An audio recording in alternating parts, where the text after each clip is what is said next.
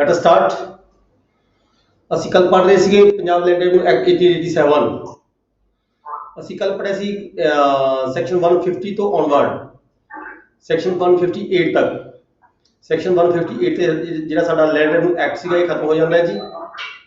ਅਸੀਂ ਅੱਜ ਫਿਰ ਰਿਵਾਈਜ਼ ਕਰਾਂਗੇ 150 ਸੈਕਸ਼ਨ ਤੋਂ। ਜਿਹੜਾ ਮਾਈਕ ਪਲੀਜ਼ ਬੰਦ ਕਰ ਲਓ। ਸੈਕਸ਼ਨ 150 ਕੀ ਸੀਗਾ ਜੀ? ਅਸੀਂ ਪਹਿਲਾਂ ਜੋ ਕੱਲ ਪੜ੍ਹਿਆ ਸੀਗਾ ਉਹਨੂੰ ਥੋੜਾ ਰਿਵਾਈਜ਼ ਕਰਦੇ ਹਾਂ। Section 150 preservation of encroachment, prevention of encroachment of the land or common land। ਜਦੋਂ ਕਿ ਸਾਂਝੀ ਖੇਵੜ ਦੇ ਵਿੱਚ ਕੁਝ ਮਾਲਕਾਂ ਨੇ ਕੋਈ ਜ਼ਮੀਨ ਸਾਂਝੀ ਛੱਡੀ ਹੋਈ ਹੋਵੇ ਸਾਂਝੇ ਕੰਮਾਂ ਦੇ ਲਈ, ਜਿਵੇਂ ਕੋਈ ਖੂਹ ਦਾ ਤੌਰ ਛੱਡਿਆ ਹੋਇਆ ਹੋਵੇ ਜਾਂ ਕੋਈ ਹੋਰ ਜਗ੍ਹਾ ਛੱਡੀ ਹੋਈ ਹੋਵੇ ਸਾਂਝੀ ਥਾਂ ਤੇ, ਕੋਈ ਪੂਜਾ ਦਾ ਸਥਾਨ ਛੱਡਿਆ ਹੋਇਆ ਹੋਵੇ, ਉਹਦੇ ਤੇ ਕੋਈ ਇੱਕ ਪਾਰਟਨਰ, ਇੱਕ ਸ਼ੇਅਰ ਹੋਲਡਰ ਕਬਜ਼ਾ ਕਰ ਲਵੇ, ਤਾਂ ਜਿਹੜੇ ਦੂਸਰੇ ਸ਼ੇਅਰ ਹੋਲਡਰ ਨੇ ਉਹ ਰੈਵਨਿਊ ਆਫਿਸਰ ਦੀ ਕੋਰਟ ਜਾ ਕੇ ਐਪਲੀਕੇਸ਼ਨ ਦੇ ਸਕਦੇ ਨੇ ਤੇ ਰੈਵਨਿਊ ਆਫਿਸਰ ਕੋਲ ਅਧਿਕਾਰ ਹੈ ਕਿ ਉਹ ਜਿਹੜਾ ਹੈਗਾ ਉਹਦੀ ਐਜੈਕਟਮੈਂਟ ਕਰ ਸਕਦਾ ਹੈ, ਉਹਦੀ ਐਜੈਕਟਮੈਂਟ ਕਰਕੇ ਕਬਜ਼ਾ ਹੈਗਾ ਜਿਹੜਾ ਰੀਸਟੋਰ ਕਰ ਸਕਦਾ ਹੈ। ਪਰ this order will be subject to the decision of the civil court. ਜੇ ਸਿਵਲ ਕੋਰਟ ਦਾ ਕੋਈ ਹੋਰ ਆਰਡਰ ਆ ਜਾਂਦਾ ਹੈ ਤਾਂ ਉਹ ਆਰਡਰ ਲਾਗੂ ਹੋਏਗਾ। ਠੀਕ ਹੈ ਜੀ। ਨੈਕਸਟ ਅਸੀਂ ਪੜ੍ਹਿਆ ਸੀ section 151 papers kept by the village officer to be deemed to the public document. ਜਿਹੜੇ ਵੀ ਡਾਕੂਮੈਂਟਸ ਪੇਪਰਸ ਪਟਵਾਰੀ ਹਲਕਾ ਕੋਲੇ ਹੁੰਦੇ ਨੇ,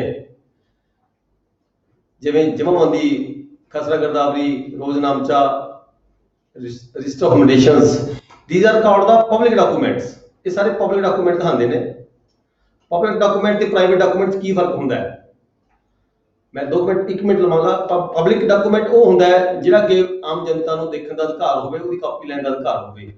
ਪ੍ਰਾਈਵੇਟ ਡਾਕੂਮੈਂਟ ਦੀ ਕੋਈ ਬੰਦਾ, ਕੋਈ ਵੀ ਵਿਅਕਤੀ ਕੋਈ ਕਾਪੀ ਨਹੀਂ ਲੈ ਸਕਦਾ। ਉਹ ਪ੍ਰਾਈਵੇਟ ਪਾਰਟੀਆਂ ਦਾ ਆਪਸੀ ਜਿਹੜਾ ਡਾਕੂਮੈਂਟ ਹੁੰਦਾ ਹੈ, ਪਰਸਨਲ ਡਾਕੂਮੈਂਟ ਕਹਾਉਂਦਾ ਹੈ। ਇਸ ਕਰਕੇ ਪ੍ਰਾਈਵੇਟ ਡਾਕੂਮੈਂਟ ਤੇ ਪਬਲਿਕ ਡਾਕੂਮੈਂਟ ਇਹਨਾਂ ਡਿਫਰੈਂਸ ਹੁੰਦਾ ਹੈ। ਪਬਲਿਕ ਡਾਕੂਮੈਂਟ ਜਿਹੜੇ ਪਟਵਾਰੀ ਹਲਕਾ ਕੋਲੇ ਹੁੰਦੇ ਨੇ, ਉਹ ਕੋਈ ਵੀ ਵਿਅਕਤੀ ਅੰਡਰ ਰੂਲਸ ਉਹਦੀ ਕਾਪੀ ਵੀ ਲੈ ਸਕਦਾ ਹੈ ਤੇ ਉਹਦੀ ਇੰਸਪੈਕਸ਼ਨ ਵੀ ਕਰ ਸਕਦਾ ਹੈ, ਸ਼ਰਤਾਂ ਦੇ ਅਧੀਨ। ਜਿਹੜੇ ਵੀ ਗਵਰਨਮੈਂਟ ਵੱਲੋਂ ਕੋਈ ਫੀਸ ਫਿਕਸ ਕੀਤੀਆਂ ਜਾਂਦੀਆਂ ਨੇ, ਚਾਹੇ ਉਹ ਕਾਪੀ ਦੀ ਫੀਸ ਫਿਕਸ ਕੀਤੀ ਗਈ ਹੋਵੇ ਜਾਂ ਉਹਦੀ ਇੰਸਪੈਕਸ਼ਨ ਦੀ ਫੀਸ ਫਿਕਸ ਕੀਤੀ ਗਈ ਹੋਵੇ, ਉਹ ਫੀਸ ਅਦਾ ਕਰਕੇ ਪਬਲਿਕ ਡਾਕੂਮੈਂਟ ਦੀ ਕਾਪੀ ਲਈ ਜਾ ਸਕਦੀ ਹੈ ਆਮ ਜਨਤਾ ਵੱਲੋਂ। ਦੈਨ ਇਹ ਆ ਜਾਂਦਾ ਕਿ ਜਿਹੜਾ ਐਵੀਡੈਂਸ ਐਕਟ ਹੈ, ਐਵੀਡੈਂਸ ਐਕਟ ਦੇ ਵਿੱਚ ਜਿਹੜਾ ਇਹ ਪਬਲਿਕ ਡਾਕੂਮੈਂਟ ਹੈ, ਪਟਵਾਰੀ ਹਲਕਾ ਵੱਲੋਂ ਕਿਸੇ ਵੀ ਕੇਸ ਦੇ ਵਿੱਚ, ਕੋਈ ਕੋਰਟ ਕੇਸ ਦੇ ਵਿੱਚ, ਜਿਵੇਂ ਅਸੀਂ ਆਪ ਅਕਸਰ ਲੈ ਕੇ ਜਾਂਦੇ ਹਾਂ, ਤਾਂ ਐਵੀਡੈਂਸ ਐਕਟ ਜੋ ਐਜ਼ ਏ ਵਿਟਨੈਸ ਜਿਹੜਾ ਹੈਗਾ ਰਿਕਾਰਡ ਹੈ, ਇਹ ਐਵੀਡੈਂਸ ਵਜੋਂ ਪੇਸ਼ ਕੀਤਾ ਜਾ ਸਕਦਾ ਹੈ ਪਟਵਾਰੀ ਹਲਕਾ ਵੱਲੋਂ, ਜਿਹਦੀ ਕਸਟਡੀ ਦੇ ਵਿੱਚ ਹੁੰਦਾ ਹੈ। ਦੈਨ ਅਸੀਂ ਅੱਗੇ ਪੜ੍ਹਿਆ ਸੀ ਕੋਸਟ, ਸੈਕਸ਼ਨ 152। ਕੋਸਟ ਕੀ ਹੁੰਦੀਆਂ ਨੇ? ਜਦੋਂ ਵੀ ਕੋਈ ਰੈਵਨਿਊ ਕੋਰਟ ਦੇ ਕੋਈ ਪ੍ਰੋਸੀਡਿੰਗ ਚੱਲ ਰਹੀ ਹੁੰਦੀ ਹੈ ਦੋ ਪਾਰਟੀਆਂ ਦੇ ਵਿਚਕਾਰ, ਤਾਂ ਜੇ ਵੀ ਕੋਈ ਖਰਚਾ ਰੈਵਨਿਊ ਕੋਰਟ ਵੱਲੋਂ ਨਿਯੁਕਤ ਕੀਤਾ ਜਾਂਦਾ ਹੈ, ਉਸ ਦੀ ਕਾਸਟ, ਉਸ ਕੇਸ ਦੀ ਜਿਹੜੀ ਪ੍ਰੋਸੀਡਿੰਗ ਹੁੰਦੀ ਹੈ, ਉਹ ਪ੍ਰੋਸੀਡਿੰਗ ਦੇ ਦੌਰਾਨ ਉਸ ਦੀ ਕਾਰਵਾਈ ਦੇ ਉੱਪਰ ਜੋ ਵੀ ਖਰਚਾ ਰੈਵਨਿਊ ਕੋਰਟ ਵੱਲੋਂ ਫਿਕਸ ਕੀਤਾ ਜਾਂਦਾ ਤੇ ਰੈਵਨਿਊ ਕੋਰਟ ਡਿਸਾਈਡ ਕਰਦੀ ਹੈ ਵੀ ਕਿਹੜਾ ਇਹ ਖਰਚਾ ਕਿਹੜੀ ਪਾਰਟੀ ਅਦਾ ਕਰੇਗੀ, ਜਾਂ ਪ੍ਰੋਪੋਰਸ਼ਨਲੀ 50-50, 40-60 ਜਾਂ 70-30, ਜੋ ਵੀ ਰੈਵਨਿਊ ਕੋਰਟ ਨੂੰ ਠੀਕ ਲੱਗੇਗਾ ਰੈਵਨਿਊ ਕੋਰਟ ਵੱਲੋਂ ਉਹ ਡਿਸੀਜਨ ਕੀਤਾ ਜਾਂਦਾ ਹੈ। ਨੈਕਸਟ ਅਸੀਂ ਪੜ੍ਹਿਆ ਸੀਗਾ section 153 computation of the periods limited for the appeals and applications for the review। ਜਿਹੜੇ ਪੀਰੀਅਡ ਹੁੰਦੇ ਨੇ ਲਿਮਿਟੇਸ਼ਨ ਦੇ, 30 ਡੇਜ਼, 60 ਡੇਜ਼, 90 ਡੇਜ਼, ਜਿਵੇਂ ਆਪਣੇ ਅਕਸਰ ਹੈਗੇ ਨੇ। ਪਹਿਲੀ ਅਪੀਲ 30 ਡੇਜ਼ ਪੈਂਦੀ ਹੈ, ਦੂਜੀ ਅਪੀਲ ਆਪਣੀ 60 ਡੇਜ਼ ਪੈਂਦੀ ਹੈ, ਕਮਿਸ਼ਨਰ ਦੇ ਥਰਡ ਅਪੀਲ ਜਿਹੜੀ ਸਾਡੀ ਪੈਂਦੀ ਹੈ, FCR ਦੇ 90 ਡੇਜ਼ ਪੈਂਦੀ ਹੈ। ਜਿਹੜੇ ਇਹ ਪੀਰੀਅਡ ਨਿਯੁਕਤ ਕੀਤੇ ਜਾਂਦੇ ਨੇ, ਇਹ ਇਨਫੈਕਟ ਇਹਦਾ ਜਿਹੜਾ ਬੇਸ ਹੁੰਦਾ ਹੈ, ਇਹ ਬੇਸ ਹੁੰਦਾ ਲਿਮਿਟੇਸ਼ਨ ਐਕਟ। ਲਿਮਿਟੇਸ਼ਨ ਐਕਟ ਨੂੰ ਮੱਦੇਨਜ਼ਰ ਰੱਖਦੇ ਹੋਏ ਇਹ ਸਰਕਾਰ ਜਦੋਂ ਇਹ ਲਾਅ ਬਣਾਉਂਦੀ ਹੈ, ਕਾਨੂੰਨ ਬਣਾਉਂਦੀ ਹੈ, ਤਾਂ ਉਹਦੀ ਕੰਟਰਾਡਿਕਸ਼ਨ ਨਹੀਂ ਹੋਣੀ ਚਾਹੀਦੀ। ਇਹ ਦੇਖਿਆ ਜਾਂਦਾ ਵੀ ਲਿਮਿਟੇਸ਼ਨ ਐਕਟ ਕੀ ਕਹਿੰਦਾ ਹੈ, ਜਾਂ ਜਿਹਦਾ ਲਿਮਿਟੇਸ਼ਨ ਐਕਟ ਦੇ ਸੋਧ ਕੀਤੀ ਜਾਂਦੀ ਹੈ, ਜਾਂ ਫਿਰ ਜਿਹੜੇ ਇਹ ਕਾਨੂੰਨ ਨੇ ਸਾਡੇ ਬਣਾਏ ਜਾਂਦੇ ਆ ਅਲੱਗ-ਅਲੱਗ ਸਬਜੈਕਟ ਵਿਸ਼ੇ ਦੇ ਉੱਪਰ, ਤਾਂ ਲਿਮਿਟੇਸ਼ਨ ਐਕਟ ਨੂੰ ਮੱਦੇਨਜ਼ਰ ਰੱਖਦੇ ਹੋਏ ਬਣਾਏ ਜਾਂਦੇ ਨੇ। ਲਿਮਿਟੇਸ਼ਨ ਐਕਟ 1908 ਲਿਮਿਟੇਸ਼ਨ ਐਕਟ ਹੈ ਜਿਹੜਾ ਬਣਿਆ ਹੋਇਆ, ਉਹਦੇ ਅਕੋਰਡਿੰਗ ਜਿੰਨੇ ਵੀ ਸਿਵਲ ਕੋਰਟਾਂ ਦੇ ਬਤਾਵੇ ਚੱਲਦੇ ਨੇ, ਹਰ ਥਾਂ ਤੇ ਜਿੱਥੇ ਵੀ ਕੋਈ ਆਪਾਂ ਕਹਿੰਦੇ ਆ ਵੀ ਇਹਦੀ ਟਾਈਮ ਬਾਰ ਹੋ ਗਿਆ, ਕੁਝ ਵੀ ਹੋ ਗਿਆ, ਤਾਂ ਉੱਥੇ ਲਿਮਿਟੇਸ਼ਨ ਐਕਟ ਅਪਲਾਈ ਹੁੰਦਾ ਹੈ। ਨੈਕਸਟ ਅਸੀਂ ਪੜ੍ਹਿਆ ਸੀਗਾ section 154 sections on revenue officers bidding at auctions or trading. ਮਤਲਬ ਕਿ ਰੈਵਨਿਊ ਆਫੀਸਰ ਜਿਹੜਾ ਕਿ ਐਗਜ਼ੀਕਿਊਟ ਕਰਦਾ ਹੈ ਆਰਡਰਸ ਨੂੰ, ਸਿਵਲ ਕੋਰਟਾਂ ਦੇ ਨੂੰ ਜਾਂ ਕ੍ਰਿਮੀਨਲ ਕੋਰਟ ਦੇ ਆਰਡਰਸ ਨੂੰ ਐਗਜ਼ੀਕਿਊਸ਼ਨ ਕੀਤੀ ਜਾਂਦੀ ਹੈ ਰੈਵਨਿਊ ਕੋਰਟ ਵੱਲੋਂ, ਰੈਵਨਿਊ ਆਫੀਸਰ ਵੱਲੋਂ। ਜਾਂ ਰੈਵਨਿਊ ਆਫਿਸਰ ਦੇ ਨਾਲ ਜਿਹੜਾ ਉਹਦਾ ਆਫੀਸ਼ੀਅਲ ਜਿਹੜਾ ਉਹਦਾ ਏਜੰਸੀ ਦਾ ਹੋਰ ਅਮਲਾ ਹੁੰਦਾ ਹੈ, ਪਟਵਾਰੀ ਹਲਕਾ, ਕਾਨੂੰਗੋ ਹਲਕਾ ਜਾਂ ਰੀਡਰਸ ਉਹਨਾਂ ਦੇ। ਠੀਕ ਹੈ, ਜਦੋਂ ਕੋਈ ਵੀ ਆਕਸ਼ਨ ਕੀਤੀ ਜਾਂਦੀ ਹੈ ਕਿਸੇ ਵੀ ਕੋਰਟ ਆਰਡਰ ਨੂੰ ਵਾਰੰਟ ਨੂੰ ਐਗਜ਼ੀਕਿਊਟ ਕਰਨ ਦੇ ਲਈ, ਤਾਂ ਰੈਵਨਿਊ ਆਫਿਸਰ ਜਾਂ ਉਹਦਾ ਆਪਣਾ ਅਮਲਾ ਇਦਾਂ ਦੀ ਕੋਈ ਵੀ ਪ੍ਰਾਪਰਟੀ ਜਿਹੜੀ ਆਕਸ਼ਨ ਦੇ ਵਿੱਚ ਨਹੀਂ ਲੈ ਸਕਦਾ ਉਸ ਜ਼ਿਲ੍ਹੇ ਦੇ ਵਿੱਚ, ਜਿਸ ਜ਼ਿਲ੍ਹੇ ਦੇ ਵਿੱਚ ਰੈਵਨਿਊ ਆਫਿਸਰ ਕੰਮ ਕਰ ਰਿਹਾ ਹੋਵੇ। ਦੈਨ ਇਹਦੇ ਨਾਲ ਹੀ ਇਹ ਹੈਗਾ ਬਿਜ਼ਨਸ ਵੀ ਨਹੀਂ ਕੀਤਾ ਜਾ ਸਕਦਾ ਰੈਵਨਿਊ ਆਫਿਸਰ ਵੱਲੋਂ। ਇੱਥੇ ਦੇਖੋ, ਇੱਥੇ ਕੰਡਕਟ ਰੂਲਸ ਨੂੰ ਮੱਦੇ ਨਜ਼ਰ ਰੱਖਿਆ ਗਿਆ। ਕੰਡਕਟ ਰੂਲਸ, ਤੁਸੀਂ ਸਿਵਲ ਸਰਵਿਸ ਰੂਲਸ ਪੜ੍ਹ ਰਹੇ ਹੋ ਇਸ ਵੇਲੇ। ਕੰਡਕਟ ਰੂਲਸ ਜਿਹੜੇ ਹੁੰਦੇ ਨੇ, ਕੋਈ ਵੀ ਗਵਰਨਮੈਂਟ ਇੰਪਲਾਈ ਜਦੋਂ ਵੀ ਕਿਸੇ ਗਵਰਨਮੈਂਟ ਸੇਵਾ ਦੇ ਵਿੱਚ ਆਉਂਦਾ ਹੈ ਤਾਂ ਉਹਦੇ ਤੇ ਕੰਡਕਟ ਰੂਲਸ ਲਾਗੂ ਹੋ ਜਾਂਦੇ ਨੇ। ਉਹ ਕੰਡਕਟ ਰੂਲਸ ਦੇ ਵਿੱਚ ਕੀ ਕੁਛ ਹੈ, ਤੁਸੀਂ ਡਿਟੇਲ ਚ ਬਹੁਤ ਸਾਰੇ ਪੇਪਰ ਨੰਬਰ 8 ਪੜ੍ਹਿਆ ਹੋਏਗਾ ਜਾਂ ਪੜ੍ਹਨਾ ਹੋਏਗਾ। ਕੰਡਕਟ ਰੂਲ ਦੇ ਵਿੱਚ ਜੋ ਵੀ ਵੇਰਵਾ ਦਿੱਤਾ ਗਿਆ ਪੂਰਾ ਕੰਪਲੀਟ, ਵੀ ਕੀ ਗਵਰਨਮੈਂਟ ਇੰਪਲਾਈ ਨੂੰ ਕੀ ਕਰਨਾ ਚਾਹੀਦਾ ਜਾਂ ਕੀ ਨਹੀਂ ਕਰਨਾ ਚਾਹੀਦਾ, ਉੱਥੇ ਸਾਰੀਆਂ ਗੱਲਾਂ ਆ ਜਾਂਦੀਆਂ ਨੇ। ਉੱਥੋਂ ਹੀ ਲੈ ਕੇ ਇਹਦੇ ਵਿੱਚ ਇਨਕੋਰਪੋਰੇਟ ਕੀਤੀਆਂ ਗਈਆਂ ਨੇ। ਕੰਡਕਟ ਰੂਲ ਦੇ ਤਹਿਤ ਜਾਂ ਇਸ ਰੂਲ ਦੇ ਤਹਿਤ ਕੋਈ ਵੀ ਗਵਰਨਮੈਂਟ ਇੰਪਲਾਈ, ਰੈਵਨਿਊ ਆਫਿਸਰ ਦਾ ਕੋਈ ਅਮਲਾ ਕਿਸੇ ਵੀ ਜਗ੍ਹਾ ਤੇ ਕੋਈ ਆਰਡਰ ਐਗਜ਼ੀਕਿਊਸ਼ਨ ਕਰਦਾ ਹੈ, ਸੇਲ ਕਰਦਾ ਹੈ, ਆਕਸ਼ਨ ਕਰਦਾ ਹੈ, ਉਹ ਆਪਣੇ ਨਾਮ ਤੇ, ਆਪਣੀ ਫੈਮਿਲੀ ਦੇ ਨਾਮ ਤੇ, ਜਾਂ ਕਿਸੇ ਦੇ ਵਿੱਚ ਪਾਰਟਨਰਸ਼ਿਪ ਦੇ ਤੌਰ ਤੇ, ਜਾਂ ਫੈਮਿਲੀ ਮੈਂਬਰ ਕਿਸੇ ਦੇ ਨਾਲ ਪਾਰਟਨਰਸ਼ਿਪ ਤੌਰ ਤੇ ਕੋਈ ਵੀ ਪ੍ਰਾਪਰਟੀ ਪਰਚੇਜ ਨਹੀਂ ਕਰ ਸਕਦਾ, ਤੇ ਨਾ ਹੀ ਉਹ ਕੋਈ ਇਦਾਂ ਦਾ ਕੋਈ ਬਿਜ਼ਨਸ ਸਰਵਿਸ ਦੇ ਦੌਰਾਨ ਕੋਈ ਬਿਜ਼ਨਸ ਕਰ ਸਕਦਾ ਹੈ। ਅੱਗੇ ਅਸੀਂ ਪੜ੍ਹਿਆ ਸੀਗਾ power to make rules. Power to make rules, power to make rules ਕੀ ਇਸ ਐਕਟ ਦੇ ਤਹਿਤ ਜਿਹੜੀਆਂ ਪਾਵਰਸ ਨੇ ਉਹ ਕਿਹਦੇ ਕੋਲ ਨੇ? ਐਫਸੀਆਰ ਕੋਲ। ਰੂਲਸ ਬਣਾਉਣ ਦੀਆਂ ਪਾਵਰਸ ਐਫਸੀਆਰ ਸਾਹਿਬ ਕੋਲ ਨੇ। ਰੂਲ ਕਾਹਦੇ ਲਈ ਬਣਾਏ ਜਾਂਦੇ ਨੇ? ਕਿਸੇ ਵੀ ਐਕਟ ਨੂੰ ਲਾਗੂ ਕਰਨ ਦੀ ਖਾਤਰ, ਜੋ ਕਿ ਪ੍ਰੋਵੀਜ਼ਨਸ ਐਕਟ ਦੇ ਵਿੱਚ ਨਹੀਂ ਹੁੰਦੀਆਂ, ਪਰ ਉਹਨਾਂ ਨੂੰ ਐਕਟ ਨੂੰ ਲਾਗੂ ਕਰਨਾ ਹੁੰਦਾ ਹੈ। ਤੇ ਜਿਹੜੇ ਪ੍ਰੋਸੀਜਰ ਹੁੰਦੇ ਨੇ, ਪ੍ਰੋਸੀਜਰ ਪੂਰਾ ਪ੍ਰੋਪਰ ਪ੍ਰੋਸੀਜਰ ਜਿਹੜਾ ਹੈਗਾ ਐਕਟ ਦੇ ਵਿੱਚ ਪ੍ਰੋਵਾਈਡ ਨਹੀਂ ਕੀਤਾ ਜਾਂਦਾ, ਤੇ ਜਿਹੜਾ ਪ੍ਰੋਸੀਜਰ ਹੈ ਉਸ ਐਕਟ ਨੂੰ ਲਾਗੂ ਕਰਨ ਦੇ ਲਈ ਉਹਦੇ ਰੂਲਸ ਬਣਾਏ ਜਾਂਦੇ ਨੇ। ਪਰ ਇੱਕ ਧਿਆਨ ਇਹ ਵੀ ਰੱਖਿਆ ਜਾਂਦਾ ਹੈ ਵੀ ਜਿਹੜੇ ਰੂਲ ਨੇ ਉਹ ਕੰਟਰਾਡਿਕਟ ਨਾ ਹੋਣ ਐਕਟ ਤੋਂ। ਐਕਟ ਦੀ ਪ੍ਰੋਵੀਜ਼ਨਸ ਨੂੰ ਮੱਦੇ ਨਜ਼ਰ ਰੱਖਦੇ ਹੋਏ ਰੂਲ ਬਣਾਏ ਜਾਂਦੇ ਨੇ। ਐਕਟ ਦੇ ਸੈਕਸ਼ਨਸ ਨੂੰ ਲਾਗੂ ਕਰਨ ਲਈ ਰੂਲ ਬਣਾਏ ਜਾਂਦੇ ਨੇ। ਕਿਹੜੇ ਰੂਲ ਬਣਾਏ ਜਾਂਦੇ ਨੇ? 55 ਸੈਕਸ਼ਨ ਪੜ੍ਹਦੇ ਹਾਂ ਜੀ ਆਪਾਂ। ਪਾਵਰ ਟੂ ਮੇਕ ਰੂਲਸ, ਜਿਵੇਂ ਨੰਬਰ ਆਫ ਇੰਸਟਾਲਮੈਂਟਸ, ਮਾਮਲਾ ਅਦਾ ਕਰਨਾ ਹੈ, ਸੋਣੀ ਹਾੜੀ ਕਿੰਨੀਆਂ ਕਿਸ਼ਤਾਂ ਬਣਨਗੀਆਂ, ਇਦਾਂ ਦੇ ਰੂਲਸ ਜਿਹੜੇ ਇਸ ਐਕਟ ਦੇ ਵਿੱਚ ਆ ਜਾਂਦੇ ਨੇ। ਜਿਹੜੇ ਰੈਵਨਿਊ ਜਿਹੜੇ ਕਿ ਐਫਸੀਆਰ ਵੱਲੋਂ ਬਣਾਏ ਜਾਂਦੇ ਨੇ। ਇਹਦੀ ਫੀਸ, ਕਿੰਨੀ ਫੀਸ ਲਈ ਜਾਏਗੀ, ਕਿਹੜੀ ਕਾਪੀ ਦੀ ਫੀਸ ਕਿਹੜੀ ਹੈ, ਕਿਹੜੇ ਡਾਕੂਮੈਂਟ ਦੀ ਕਿੰਨੀ ਫੀਸ ਹੋਣੀ ਹੈ, ਤੇ ਉਹਦਾ ਪ੍ਰੋਸੈਸ ਕੀ ਹੋਣਾ ਹੈ, ਕਿਵੇਂ ਕਿੱਥੇ ਫੀਸ ਜਮ੍ਹਾਂ ਹੋਣੀ ਹੈ, ਕਿਹੜੇ ਹੈਡ ਫੀਸ ਜਮ੍ਹਾਂ ਕਰਾਈ ਜਾਣੀ ਹੈ। ਤੇ ਇਦਾਂ ਦਾ ਕੋਈ ਡਿਸਪਿਊਟ ਕ੍ਰੀਏਟ ਹੋ ਜਾਵੇ ਪਾਰਟੀਆਂ ਦੇ ਵਿਚਕਾਰ, ਕੋਈ ਬਾਉਂਡਰੀ ਨੂੰ ਲੈ ਕੇ ਡਿਸਪਿਊਟ ਕ੍ਰੀਏਟ ਹੋ ਜਾਵੇ, ਹੱਦਾਂ ਨੂੰ ਲੈ ਕੇ, ਕਿਸੇ ਨੰਬਰ ਕਾਸਰਾ ਦੀ ਹੱਦ ਨੂੰ ਲੈ ਕੇ, ਦੋ ਪਿੰਡਾਂ ਦੇ ਵਿਚਕਾਰ ਆਪਸੀ ਹੱਦਾਂ ਨੂੰ ਲੈ ਕੇ ਕੋਈ ਡਿਸਪਿਊਟ ਕ੍ਰੀਏਟ ਹੁੰਦਾ ਹੈ, ਉਹਦੇ ਲਈ ਪ੍ਰੋਪਰ ਰੂਲ ਜਿਹੜੇ ਬਣਾਏ ਜਾਂਦੇ ਉਹ ਐਫਸੀਆਰ ਵੱਲੋਂ ਬਣਾਏ ਜਾਂਦੇ ਨੇ। ਦੈਨ ਹੈਗਾ ਫਾਰਮਸ। ਕਿੱਦਾਂ ਦੇ ਫਾਰਮ ਹੋਣਗੇ ਤੁਹਾਡੇ? ਜਿਹੜੇ ਕੋਈ ਜਮ੍ਹਾਂ ਹੁੰਦੀ ਦਾ ਫਾਰਮ ਕੈਸਾ ਹੋਏਗਾ, ਜ਼ਰੂਰੀ ਦਾ ਫਾਰਮ ਕੈਸਾ ਹੋਏਗਾ, ਰਿਸ਼ਤੇ ਦਾ ਫਾਰਮ ਕੈਸਾ ਹੋਏਗਾ, ਇੰਤਕਾਲ ਰਿਸ਼ਤੇ ਦਾ ਕੈਸਾ ਹੋਏਗਾ, ਰੋਜ਼ਨਾਮਚਾ, ਵਾਕਿਆਤੀ, ਕਾਰਗੁਜ਼ਾਰੀ, ਇਦਾਂ ਦੇ ਜਿੰਨੇ ਵੀ ਫਾਰਮ ਪਟਵਾਰੀ ਹਲਕਾ ਵੱਲੋਂ ਆਪਣੇ ਰੈਵਨਿਊ ਏਜੰਸੀ ਵੱਲੋਂ ਯੂਜ਼ ਕੀਤੇ ਜਾਂਦੇ ਆ, ਉਹਨਾਂ ਦੇ ਫਾਰਮ ਦੀ ਸ਼ੇਪ ਕੀ ਹੋਏਗੀ, ਕਿਹੜੀ ਚੇਂਜ ਹੋਏਗੀ, ਕੀ ਉਹਦੇ ਤੇ ਕਾਲਮ ਹੋਣਗੇ, ਇਹ ਸਾਰੇ ਜਿਹੜੇ ਫਾਰਮ ਵਗੈਰਾ ਹੈਗੇ ਇਹ ਸਾਰੇ ਰੂਲਸ ਦੇ ਤਹਿਤ ਬਣਾਏ ਜਾਂਦੇ ਨੇ। ਫਿਰ ਹੈਗਾ ਲੈਂਗੁਏਜ, ਕਿਹੜੀ ਲੈਂਗੁਏਜ ਯੂਜ਼ ਕੀਤੀ ਜਾਏਗੀ? ਰੈਵਨਿਊ ਕੋਡ ਹੈ ਜਿਹੜਾ ਉਹ ਕਿਹੜੀ ਲੈਂਗੁਏਜ ਬਣਾਇਆ ਜਾਏਗਾ? ਰੈਵਨਿਊ ਕੋਰਟਾਂ ਦੇ ਵਿੱਚ ਕਿਹੜੀ ਲੈਂਗੁਏਜ ਵਰਤੀ ਜਾਣੀ ਹੈ? ਕਿ ਪੰਜਾਬੀ ਲੈਂਗੁਏਜ ਵਰਤੀ ਜਾਣੀ ਹੈ, ਜਾਂ ਪਾਰਟੀਕੂਲਰ ਕੋਈ ਸਬਜੈਕਟ ਹੈਗਾ, ਕੋਈ ਵਿਸ਼ਾ ਹੈਗਾ, ਕੋਈ ਪਾਰਟੀਕੂਲਰ ਕੇਸ ਹੈਗੇ ਆ ਪਾਰਟੀਸ਼ਨ ਦੇ, ਜਾਂ ਕੋਈ ਹੋਰ ਕੇਸ ਹੈਗੇ ਆ ਪਾਰਟੀਕੂਲਰ ਕਿਹੜੀ ਕੇਸ ਦੇ ਵਿੱਚ ਇੰਗਲਿਸ਼ ਲੈਂਗੁਏਜ ਜਿਹੜੇ ਆਪਣੇ ਐਡਵੋਕੇਟਸ ਨੇ ਜਾਂ ਲੀਗਲ ਐਡਵਾਈਜ਼ਰਸ ਹੈਗੇ ਨੇ ਉਹ ਇੰਗਲਿਸ਼ ਕਿਹੜੇ ਕੇਸ ਵਰਤ ਸਕਦੇ ਨੇ, ਯੂਜ਼ ਕਰ ਸਕਦੇ ਨੇ, ਬੋਲ ਸਕਦੇ ਨੇ ਰੈਵਨਿਊ ਕੋਡ ਦੇ ਵਿੱਚ, ਤੇ ਦੂਜੀ ਭਾਸ਼ਾ ਕਿਹੜੇ ਕੇਸ ਵਿੱਚ ਵਰਤੀ ਜਾ ਸਕਦੀ ਹੈ। ਇਦਾਂ ਦੇ ਜਿਹੜੇ ਹੈਗੇ ਨੇ ਇਹ ਸਾਰੇ ਰੂਲਸ ਦੇ ਵਿੱਚ ਪ੍ਰੋਵਾਈਡ ਕੀਤਾ ਜਾਂਦਾ ਹੈਗਾ ਐਫਸੀਆਰ ਵੱਲੋਂ, ਜਿਹੜੇ ਰੂਲ ਬਣਾਏ ਜਾਂਦੇ ਨੇ। ਠੀਕ ਹੈ ਜੀ। ਅੱਗੇ ਅਸੀਂ ਪੜ੍ਹਿਆ ਸੀ ਸੈਕਸ਼ਨ 156 ਪ੍ਰੀਵੀਅਸ ਪਬਲਿਕੇਸ਼ਨ। ਮਤਲਬ ਕੋਈ ਵੀ ਰੂਲ ਜਦੋਂ ਬਣਾਉਂਦੇ ਆ ਸਰਕਾਰ ਵੱਲੋਂ ਜਾਂ ਐਫਸੀਆਰ ਵੱਲੋਂ, ਜਿਹੜੇ ਵੀ ਕੋਈ ਰੂਲ ਪਹਿਲਾਂ ਬਣਾਏ ਜਾਂਦੇ ਆ, ਉਹ ਰੂਲਸ ਬਣਾ ਕੇ ਉਹਨਾਂ ਦੀ ਪਬਲਿਕੇਸ਼ਨ, ਪ੍ਰੀਵੀਅਸ ਪਬਲਿਕੇਸ਼ਨ ਕੀਤੀ ਜਾਂਦੀ ਹੈ, ਯਾਨੀ ਕਿ ਅਖਬਾਰ ਦੇ ਵਿੱਚ ਪਬਲਿਕੇਸ਼ਨ ਕੀਤੀ ਜਾਂਦੀ ਹੈ, ਤਾਂ ਕਿ ਆਮ ਜਨਤਾ ਨੂੰ ਪਤਾ ਲੱਗੇ ਵੀ ਸਰਕਾਰ ਆਹ ਕੰਮਾਂ ਦੇ ਲਈ ਇਹ ਐਕਟ ਨੂੰ ਲਾਗੂ ਕਰਨ ਦੀ ਖਾਤਰ ਇਹ ਰੂਲ ਸਰਕਾਰ ਵੱਲੋਂ ਬਣਾਏ ਜਾ ਰਹੇ। ਸਰਕਾਰ ਦੀ ਜਿਹੜੀ ਪ੍ਰਪੋਜ਼ਲ ਹੈ, ਇਹ ਰੂਲ ਬਣਾਉਣ ਦੀ ਸਰਕਾਰ ਦੀ ਪ੍ਰੋਵੀਜ਼ਨ ਹੈਗੀ ਹੈ। ਜੇ ਕਿਸੇ ਨੂੰ ਕੋਈ ਇਤਰਾਜ਼ ਹੈਗਾ, ਕੋਈ ਐਕਸ਼ਨ ਹੈਗਾ, ਤਾਂ ਉਹ ਉਹਦਾ ਪਹਿਲਾਂ ਹੀ ਦੱਸ ਸਕਦਾ ਹੈ। ਦੈਨ ਕੀ ਹੁੰਦਾ ਹੈ ਅੱਗੇ ਗੱਲ ਸੈਕਸ਼ਨ 157 ਪਾਵਰਸ ਐਕਸਰਸਾਈਜ਼ਡ ਬਾਈ ਦਾ ਐਫਸੀਆਰ। ਮਤਲਬ ਇਸ ਐਕਟ ਦੇ ਵਿੱਚ ਪ੍ਰੋਵੀਜ਼ਨ ਦਿੱਤੀ ਹੈ 157 ये हर चीज़ ਨੂੰ कवर करती है। कोई भी रूल किसी भी पर्टिकुलर विषय ਨੂੰ ਲੈ ਕੇ ਕਿਸੇ भी समय के अंदर किदां ਦੀ कोई प्रॉब्लम क्रिएट हो जाती है, पर साडा एक्ट प्रोवाइड नहीं करता, ਉਹਦੇ ਵਿੱਚ रूल नहीं प्रोवाइड करता, प्रोसीजर प्रोवाइड नहीं करता भी उस काम ਨੂੰ ਅਸੀਂ ਨਿਪਰੇ ਚੜ੍ਹਨਾ ਕਿਵੇਂ ਹੈ।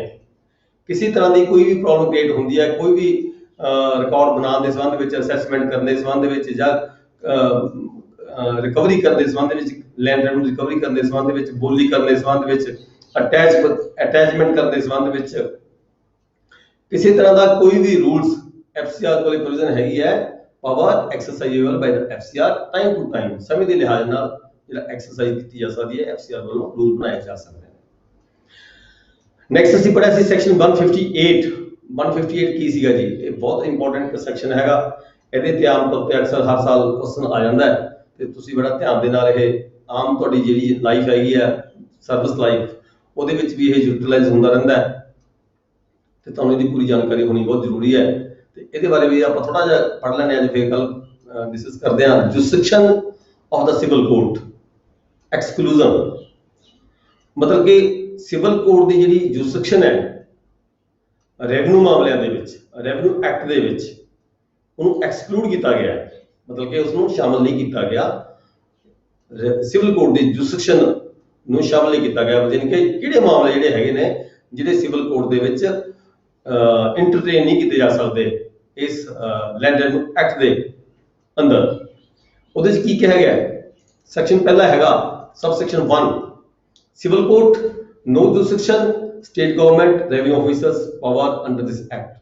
state government ने जिहड़े भी पावर्स इस एक्ट के तहत पंजाब लैंड रेवेन्यू एक्ट 1887 के तहत जिहड़ियां भी पावर्स रेवेन्यू ऑफिसर नूं दित्तियां गईयां ने इस एक्ट के तहत, वो पावर्स जिन्हें रेवेन्यू ऑफिसर ने करनियां ने वो रेवेन्यू ऑफिसर ने ही करनियां ने, वो वर्क वो काम वो रेवेन्यू ऑफिसर ने ही करने। अटैचमेंट ऑप्शंस वगैरह जो भी काम दिते गए रेवेन्यू बाउंड्रीज का हैगा ਆਪਾਂ पढ़ के हटे हैं, ठीक है जी। और रेवेन्यू कोर्ट ने ही करने, रेवेन्यू ऑफिसर ने करने, रेवेन्यू ऑफिसर के अमले ने करने ने, ते ना कि सिविल कोर्ट दे दखलअंदाजी नहीं करती, सिविल कोर्ट की जुरिसडिक्शन नहीं होती। दैन की है अगे जाके इन्होंने दस्सिया सब सेक्शन 2 ਦੇ ਵਿੱਚ ਇਹੋ ਜਿਹੇ ਮਾਮਲੇ ਕਿਹੜੇ-ਕਿਹੜੇ ਹੈਗੇ ਆ, ਥੋੜਾ ਜਿਹਾ ਸ਼ਾਰਟ ਦੇ ਵਿੱਚ ਆਪਾਂ ਡਿਸਕਸ ਕਰ ਲੈਣਾ ਕਿਹੜੇ-ਕਿਹੜੇ ਮਾਮਲੇ ਇਦਾਂ ਦੇ ਹੈਗੇ ਆ ਜਿਹਨਾਂ ਦੇ ਵਿੱਚ ਜਿਹੜੀ ਸਿਵਲ ਕੋਰਟ ਹੈ ਉਹ ਜੁਰਿਸਡਿਕਸ਼ਨ ਉਹਦੀ ਸਿਵਲ ਕੋਰਟ ਦੀ ਨਹੀਂ ਹੁੰਦੀ। ਜਿਵੇਂ ਲਿਮਿਟ ਹੈ ਜੀ, ਲਿਮਿਟ ਆਫ ਦਾ ਲੈਂਡ, ਨਿਸ਼ਾਨਦੀ ਦਾ ਮਾਮਲਾ ਹੈਗਾ। ਜੇ ਸਿਵਲ ਕੋਰਟ ਨੂੰ ਵੀ ਕਿਤੇ ਪੈਂਦੀ ਹੈ ਲੋੜ ਪੈਂਦੀ ਹੈ ਤਦ ਵੀ ਸਿਵਲ ਕੋਰਟ ਜਿਹੜੀ ਰੈਵਨਿਊ ਕੋਰਟ ਨੂੰ ਭੇਜਦੀ ਹੈ ਲਿਖ ਕੇ ਵੀ ਇਹ ਪਿੰਡ ਦੀ ਜਿਹੜੀ ਨਿਸ਼ਾਨਦੇਹੀ ਹੈ ਇਦਾਂ ਆਪ ਨੰਬਰ ਖਾਸਲਾ ਦੀ ਹੈਗੀ ਹੈ, ਦੋ ਪਾਰਟੀ ਦਾ ਡਿਸਪਿਊਟ ਮੇਰੀ ਕੋਰਟ 'ਚ ਪੈਂਡਿੰਗ ਹੈਗਾ ਕਿਸੇ ਵੀ ਗੱਲ ਨੂੰ ਲੈ ਕੇ, ਤਾਂ ਜਿਹੜਾ ਹੈਗਾ limit of the field land estate particular number ਖਸਰਾ ਉਹਦਾ ਕੋਈ ਪੋਰਸ਼ਨ ਜਿੱਥੇ ਕਿਤੇ ਲਿਮਿਟ ਦੀ ਗੱਲ ਆ ਜਾਂਦੀ ਹੈ ਕਿਸੇ ਬਾਉਂਡਰੀ ਦੀ ਕਿਸੇ ਖੇਤ ਦੀ, ਉਹ ਜਿਹੜਾ ਮਾਮਲਾ ਹੈਗਾ ਰੈਵਨਿਊ ਕੋਰਟ ਦੇ ਅਧਿਕਾਰ ਦੇ ਵਿੱਚ ਆਉਂਦਾ ਹੈ, ਨਾਟ with the jurisdiction of the civil court. ਇਸ ਤਰ੍ਹਾਂ any claim when the revenue officer performs his duty, ਜਦੋਂ ਕੋਈ revenue officer ਆਪਣੀ ਡਿਊਟੀ ਪਰਫਾਰਮ ਕਰ ਰਿਹਾ ਹੈ revenue act ਦੇ ਅਧੀਨ, ਤਾਂ ਕੋਈ ਵੀ ਵਿਅਕਤੀ ਸਿਵਲ ਕੋਰਟ ਜਾ ਕੇ ਉਸ ਨੂੰ ਕਲੇਮ ਨਹੀਂ ਕਰ ਸਕਦਾ ਵੀ revenue officer ਇਹ ਕੰਮ ਨਹੀਂ ਕਰ ਸਕਦਾ। ਸਿਵਲ ਕੋਰਟ ਉੱਥੇ ਮਤਲਬ ਕਿ ਇੰਟਰਫੇਅਰ ਨਹੀਂ ਕਰਦੀ, ਸਿਵਲ ਕੋਰਟ ਦੀ ਜੁਰਿਸਡਿਕਸ਼ਨ ਨਹੀਂ ਬਣਦੀ। ਜਿੱਥੇ ਵੀ revenue officer ਵੱਲੋਂ ਆਪਣੀ ਕੋਈ ਪਾਰਟੀਸ਼ਨ ਦਾ ਕੇਸ ਡਿਸਾਈਡ ਕੀਤਾ ਜਾ ਰਿਹਾ ਹੋਵੇ, ਕੋਈ ਨਕਸ਼ਾ मोड ऑफ पार्टीशन देखा डिसाइड किया जा रहा हो, कोई मौका रखा जा रहा हो किसी जमीन का नक्शा मोड ऑफ पार्टीशन देखने की खातर, या किसी गरदौरी का कोई केस चलता हो, गरदौरी के केस चलते दौरान किसी मौका देखना हो रेवेन्यू ऑफिसर ने, तो सिविल कोर्टा यह किसी जो कोई व्यक्ति सिविल कोर्ट चला जाता भी नहीं जी उत्ते जाना नहीं चाहिए तहसीलदार, ठीक है। सिविल कोर्टा इस काम के जुरिसडिक्शन नहीं रखदियां, इंटरफेयर नहीं करदियां। इसी तरह हैगा यदि क्लॉज 3 की है रेवेन्यू पटवारी हल्का रेवेन्यू ऑफिसर अनगो पटवारी जो भी वो अपनी कोई ड्यूटी परफॉर्म करते हैं तो उस ड्यूटी के दौरान जो कोई व्यक्ति उत्थे क्लेम करता है सिविल कोर्ट जाता है अपनी उन्होंने ड्यूटी के विघन पाने की कोशिश करने की खातर भी काम ना हो, सिविल कोर्ट जाके कोई स्टे लेने की गल करता है, ठीक है जी, then civil court has no jurisdiction to perform the duties by the पटवारी हल्का और कानून हल्का। then की है नोटिफिकेशन किया जाए सरकार वालों कोई क्लॉज 4 सरकार कोई नोटिफिकेशन करती है कादे लिए करती है, जिवें आप पिछे पढ़ के हटे कोई री जनरल री असैसमेंट करनी पै जाती है, कोई रेवेन्यू रिकॉर्ड दोबारा बनाना पै जाता, कोई जमाबंदी दोबारा बनानी पै जाती है, टाइम तो पहला बनानी पै जाती है, तो कोई व्यक्ति ऑब्जेक्शन करता भी ये पहला क्यों हो रही है जी, ਜਾਂ ਅਸੈਸਮੈਂਟ ਪਹਿਲਾਂ ਹੋ ਚੁੱਕੀ ਸੀ ਹੁਣ ਦੁਬਾਰਾ ਅਸੈਸਮੈਂਟ ਕਿਉਂ ਹੋ ਰਹੀ ਹੈ ਜੀ, ਇਦਾਂ ਦਾ ਕੋਈ ਕਲੇਮ ਕਰਦਾ ਹੈ ਸਿਵਲ ਕੋਰਟ ਜਾ ਕੇ, civil court not interfere in this matter. Then ਇਹ correction of the record clause 6 ਹੈ, ਅਸੀਂ ਕੋਈ ਰੈਵਨਿਊ ਰਿਕਾਰਡ ਦੇ ਵਿੱਚ ਕੋਈ ਗਲਤੀ ਲੱਗੀ ਹੈ, ਕੋਈ ਕਲੈਰੀਕਲ ਮਿਸਟੇਕ ਹੋ ਗਈ ਹੈ, ਉਹਦੀ ਕੋਈ ਕਰੈਕਸ਼ਨ ਕੀਤੀ ਜਾ ਰਹੀ ਹੈ ਰੈਵਨਿਊ ਏਜੰਸੀ ਵੱਲੋਂ, ਉਸ ਕਰੈਕਸ਼ਨ ਨੂੰ ਵੀ ਕੋਈ ਵਿਅਕਤੀ ਜਿਹੜਾ ਕਹਿੰਦਾ ਵੀ ਉਹਦਾ ਕੋਈ ਉਹਨੂੰ ਕੋਈ ਬੈਨੀਫਿਟ ਹੈ ਉਸਦਾ ਗਲਤੀ ਹੋਣ ਦਾ, ਉਸ ਗਲਤੀ ਨੂੰ ਰਿਮੂਵ ਕਰਨ ਦੀ ਖਾਤਰ ਵੀ ਨਾ ਰਿਮੂਵ ਕੀਤੀ ਜਾਵੇ, ਸਿਵਲ ਕੋਰਟ ਦੇ ਵਿੱਚ ਕੋਈ ਵਿਅਕਤੀ ਜਾਂਦਾ ਹੈ, then civil court has no jurisdiction. ਅੱਗੇ ਨੈਕਸਟ ਹੈਗਾ ਅਸੈਸਮੈਂਟ ਦਾ ਨੋਟੀਫਿਕੇਸ਼ਨ ਸਰਕਾਰ ਵੱਲੋਂ ਹੋਰ ਕੋਈ ਵੀ ਕਿਸੇ ਤਰ੍ਹਾਂ ਦਾ ਕੋਈ ਨੋਟੀਫਿਕੇਸ਼ਨ ਕੀਤਾ ਜਾਂਦਾ ਹੈ ਤਾਂ ਨੋਟੀਫਿਕੇਸ਼ਨ ਦੇ ਅਗੇਂਸਟ ਜੇ ਸਰਕਾਰ ਕੋਈ ਨੋਟੀਫਾਈ ਕਰਦੀ ਹੈ ਰੀਅਸੈਸਮੈਂਟ ਦਾ, ਜਮਾਬੰਦੀ ਬਣਾਉਣ ਦਾ, ਕੋਈ ਹੋਰ ਵੀ ਨੋਟੀਫਿਕੇਸ਼ਨ ਸਰਕਾਰ ਕਰਦੀ ਹੈ ਤਾਂ ਵੀ ਕੋਈ ਵਿਅਕਤੀ ਜਿਹੜਾ ਸਿਵਲ ਕੋਰਟ ਦੇ ਵਿੱਚ ਜਾ ਕੇ ਉਸ ਨੂੰ ਚੈਲੰਜ ਨਹੀਂ ਕਰ ਸਕਦਾ। ਅਮਾਉਂਟ ਔਰ ਲਾਇਬਿਲਿਟੀ ਐਨੀ ਸੈਸ ਚਾਰਜ ਰੇਟ, ਕੋਈ ਸਰਕਾਰ ਵੱਲੋਂ ਕਿਸੇ ਪਿੰਡ ਦੀ ਕੋਈ ਰੀਅਸੈਸਮੈਂਟ ਕੀਤੀ ਜਾ ਰਹੀ ਹੈ ਉਹਦੇ ਸੰਬੰਧ ਵਿੱਚ ਕਿਤੇ ਕੋਈ ਸਰਕਾਰ ਵੱਲੋਂ ਵਿਲੇਜ ਸੈਸ ਲਗਾਈ ਜਾਂਦੀ ਹੈ, ਕੋਈ ਚਾਰਜ ਲਗਾਏ ਜਾਂਦੇ ਹੈ, ਕੋਈ ਹੋਰ ਕਿਸੇ ਤਰ੍ਹਾਂ ਦੀ ਕੋਈ ਅਮਾਊਂਟ ਹੈ ਜਿਹੜੀ ਰੇਟ ਫਿਕਸ ਕੀਤੇ ਜਾਂਦੇ ਨੇ ਲੈਂਡ ਓਨਰਸ ਤੋਂ ਲੈਣ ਦੀ ਖਾਤਰ, ਇੱਦਾਂ ਦੀਆਂ ਕੋਈ ਲਿਸਟਾਂ ਸਰਕਾਰ ਬਣਾਉਂਦੀ ਹੈ, ਰੈਵਨਿਊ ਆਫਿਸਰ ਵੱਲੋਂ ਆਪਣੇ ਅਮਲੇ ਦੀ ਹੈਲਪ ਦੇ ਨਾਲ ਕੋਈ ਲਿਸਟ ਬਣਾਈ ਜਾਂਦੀ ਹੈ, ਉਸ ਲਿਸਟ ਨੂੰ ਜਿਹੜੀ ਹੈਗੀ ਹੈ ਕੋਈ ਵੀ ਵਿਅਕਤੀ, ਕੋਈ ਵੀ ਲੈਂਡ ਓਨਰ ਸਿਵਲ ਕੋਰਟ ਜਾ ਕੇ ਦਖਲਅੰਦਾਜ਼ੀ ਸਿਵਲ ਕੋਰਟ ਜਾ ਕੇ ਚੈਲੰਜ ਨਹੀਂ ਕਰ ਸਕਦਾ। ਦੈਨ ਹੈ ਜੀ ਅਲਾਊਂਸ, ਕੋਈ ਵੀ ਅਲਾਊਂਸ ਕਿਸੇ ਤਰ੍ਹਾਂ ਦਾ ਸਰਕਾਰ ਵੱਲੋਂ ਕਿਸੇ ਨੂੰ ਦਿੱਤਾ ਜਾਂਦਾ ਹੈ, ਰੈਵਨਿਊ ਆਫਿਸਰ ਵੱਲੋਂ ਜਾਂ ਰੈਵਨਿਊ ਅਧਿਕਾਰੀਆਂ ਵੱਲੋਂ ਕਿਸੇ ਤਰ੍ਹਾਂ ਦੀ ਕੋਈ ਅਲਾਊਂਸ ਦਿੱਤੇ ਜਾਂਦੇ ਹੈ ਕਿਸੇ ਵੀ ਲੈਂਡ ਓਨਰਸ ਨੂੰ ਕਿਸੇ ਵੀ ਸੰਬੰਧ ਦੇ ਵਿੱਚ, ਉਹਨੂੰ ਵੀ ਚੈਲੰਜ ਨਹੀਂ ਕੀਤਾ ਜਾ ਸਕਦਾ ਸਿਵਲ ਕੋਰਟ ਦੇ ਵਿੱਚ। Formation state of the base plan, ਆਪਾਂ ਅੱਗੇ ਪੜ੍ਹਿਆ ਸੀਗਾ ਕਲੌਜ਼ 12 ਦੇ ਵਿੱਚ, ਕੋਈ ਬੇਸ ਪਲਾਨ ਪਈ ਸੀ ਸਰਕਾਰ ਦੀ, ਕੋਈ ਫਰਸਟ ਦੀ ਲੈਂਡ ਪਈ ਸੀ ਸਰਕਾਰ ਦੀ, ਸਰਕਾਰ ਨੇ ਲੋੜ ਨੂੰ ਮੱਦੇ ਨਜ਼ਰ ਰੱਖਦੇ ਹੋਏ ਜਾਂ ਕਿਸੇ ਬੇਘਰਾਂ ਨੂੰ ਕੋਈ ਜਗ੍ਹਾ ਦੇਣੀ ਸੀਗੀ, ਠੀਕ ਹੈ ਜੀ, ਬੇਜ਼ਮੀਨਾਂ ਨੂੰ ਕੋਈ ਜਗ੍ਹਾ ਦੇਣੀ ਸੀਗੀ, ਕਿਸੇ ਨੂੰ ਉੱਥੇ ਕੋਈ ਕਲੋਨੀ ਕਿਤੋਂ ਉਠਾਈ ਸੀਗੀ, ਕਿਤੇ ਹੋਰ ਵਸਾਣੀ ਸੀਗੀ, ਕਿਸੇ ਬੇਸ ਪਲਾਨ ਦੇ ਉੱਪਰ ਸਰਕਾਰ ਜੇ ਕਿਤੇ ਕੋਈ ਉਸ ਨੂੰ ਜ਼ਮੀਨ ਨੂੰ ਸੁਧਾਰ ਕੇ ਤੇ ਉੱਥੇ ਕੋਈ ਅਸਟੇਟ ਤਿਆਰ ਕਰਦੀ ਹੈ, ਕੋਈ ਕਲੋਨੀ ਵਸਾਉਂਦੀ ਹੈ ਤਾਂ ਉਸ ਦੇ ਅਗੇਂਸਟ ਵੀ ਜਿਹੜਾ ਹੈਗਾ ਕੋਈ ਵੀ ਵਿਅਕਤੀ ਸਿਵਲ ਕੋਰਟ ਦੇ ਵਿੱਚ ਜਾਣ ਦਾ ਅਧਿਕਾਰ ਨਹੀਂ ਰੱਖਦਾ। ਅੱਗੇ ਸੈਕਸ਼ਨ ਅਸੀਂ ਕਲੌਜ਼ 13 ਪੜ੍ਹੀ ਸੀ, ਉਹਦੇ ਵਿੱਚ ਕੀ ਸੀਗਾ, ਉਹਦੇ ਵਿੱਚ ਸੀਗਾ ਜੇ ਕੋਈ ਨੈਚੁਰਲ ਪ੍ਰੋਡਕਟ ਨਿਕਲ ਜਾਂਦਾ ਹੈ ਕਿਸੇ ਦੀ ਲੈਂਡ ਦੇ ਵਿੱਚੋਂ, ਕੋਈ ਪੱਥਰ, ਕੋਈ ਮਾਰਬਲ ਦੀ ਖਾਣ ਨਿਕਲ ਜਾਂਦੀ ਹੈ, ਕੋਈ ਸੋਨੇ ਦੀ ਖਾਣ ਮਿਲ ਜਾਂਦੀ ਹੈ ਜੀ, ਕੋਈ ਹੋਰ ਮੈਟਲ ਦੀ ਖਾਣ ਮਿਲ ਜਾਂਦੀ ਹੈ, ਆਇਲ ਮਿਲ ਜਾਂਦਾ ਹੈ, ਉਹਦੇ ਵਿੱਚ ਕੀ ਹੁੰਦਾ ਸਰਕਾਰ ਦਾ, ਆਪਾਂ ਪੜ੍ਹ ਕੇ ਹਟਿਆ ਪਹਿਲਾਂ ਵੀ ਸਰਕਾਰ ਦੇ ਰਾਈਟਸ ਕ੍ਰੀਏਟ ਹੋ ਜਾਂਦੇ ਨੇ, ਸਰਕਾਰ ਉਹਦੇ ਉਸ ਪ੍ਰਾਪਰਟੀ ਦਾ ਜਿਹੜਾ ਉਸ ਲੈਂਡ ਦਾ ਹੈਗਾ ਗਵਰਨਮੈਂਟ ਕਬਜ਼ਾ ਲੈ ਸਕਦੀ ਹੁੰਦੀ ਹੈ, ਇਸ ਦੇ ਅਗੇਂਸਟ ਜੇ ਕੋਈ ਬੰਦਾ ਜਾਣਾ ਚਾਹੇ ਸਿਵਲ ਕੋਰਟ ਦੇ ਵਿੱਚ, civil court will not interfere, ਠੀਕ ਹੈ ਜੀ। ਨੈਕਸਟ ਅਸੀਂ ਪੜ੍ਹਿਆ ਸੀਗਾ ਰਿਕਵਰੀ ਆਫ ਲੈਂਡ ਰੈਵਨਿਊ, ਜਿਵੇਂ ਰਿਕਵਰੀ ਆਫ ਲੈਂਡ ਰੈਵਨਿਊ ਜਿਹੜੇ ਸੈਕਸ਼ਨਸ ਹੈਗੇ ਨੇ 60 ਤੋਂ ਲੈ ਕੇ 90 ਤੱਕ ਹੈਗੇ ਨੇ, ਉਹਨਾਂ ਦੇ ਅਗੇਂਸਟ ਜਦੋਂ ਕੋਈ ਪ੍ਰੋਸੈਸ ਰੈਵਨਿਊ ਆਫਿਸਰ ਵੱਲੋਂ ਅਡਾਪਟ ਕੀਤਾ ਜਾਂਦਾ ਹੈ, ਕਿਸੇ ਦੀ ਅਰੈਸਟ ਕੀਤੀ ਜਾਂਦੀ ਹੈ, ਕਿਸੇ ਦੀ ਪ੍ਰਾਪਰਟੀ ਅਟੈਚ ਕੀਤੀ ਜਾਂਦੀ ਹੈ, ਕਿਸੇ ਦੀ ਪ੍ਰਾਪਰਟੀ ਨੂੰ ਖੜੀ ਫਸਲ ਵੇਚਣ ਦੇ ਲਈ ਜਾਂ ਕਿਸੇ ਹੋਰ ਵਿਅਕਤੀ ਨੂੰ ਟ੍ਰਾਂਸਫਰ ਕਰ ਦਿੱਤੀ ਜਾਂਦੀ ਹੈ land for the time being, ਜਾਂ ਖੜੀ ਫਸਲ ਉਹਦੀ ਅਣਕੱਟ ਫਸਲ ਨੂੰ ਇਕੱਠੀ ਕਰਕੇ ਵੇਚਣ ਦਾ ਆਰਡਰ ਪਾਸ ਕੀਤਾ ਜਾਂਦਾ ਹੈ, ਜਾਂ ਫਿਰ ਉਹਦੀ ਆਕਸ਼ਨ ਕੀਤੀ ਜਾਂਦੀ ਹੈ, ਨੋਟਿਸ ਕੀਤਾ ਜਾਂਦਾ ਹੈ, ਮੁਨਾਦੀ ਕੀਤੀ ਜਾਂਦੀ ਹੈ ਆਕਸ਼ਨ ਕਰਨ ਦੇ ਪਰਪਸ ਦੇ ਲਈ, ਇੱਦਾਂ ਦਾ ਕੋਈ ਵੀ ਪ੍ਰੋਸੈਸ ਜਦੋਂ ਕੋਈ ਅਡਾਪਟ ਕੀਤਾ ਜਾਂਦਾ ਹੈ ਰਿਕਵਰੀ ਦੇ ਮਕਸਦ ਦੇ ਲਈ ਤਾਂ ਕੋਈ ਵੀ ਵਿਅਕਤੀ ਹੈਗਾ ਉਹ ਰੈਵਨਿਊ ਦੀ ਉੱਚ ਕੋਰਟ ਤਾਂ ਜਾ ਸਕਦਾ ਹੈ ਪਰ ਸਿਵਲ ਕੋਰਟ ਦੇ ਵਿੱਚ ਨਹੀਂ ਜਾ ਸਕਦਾ।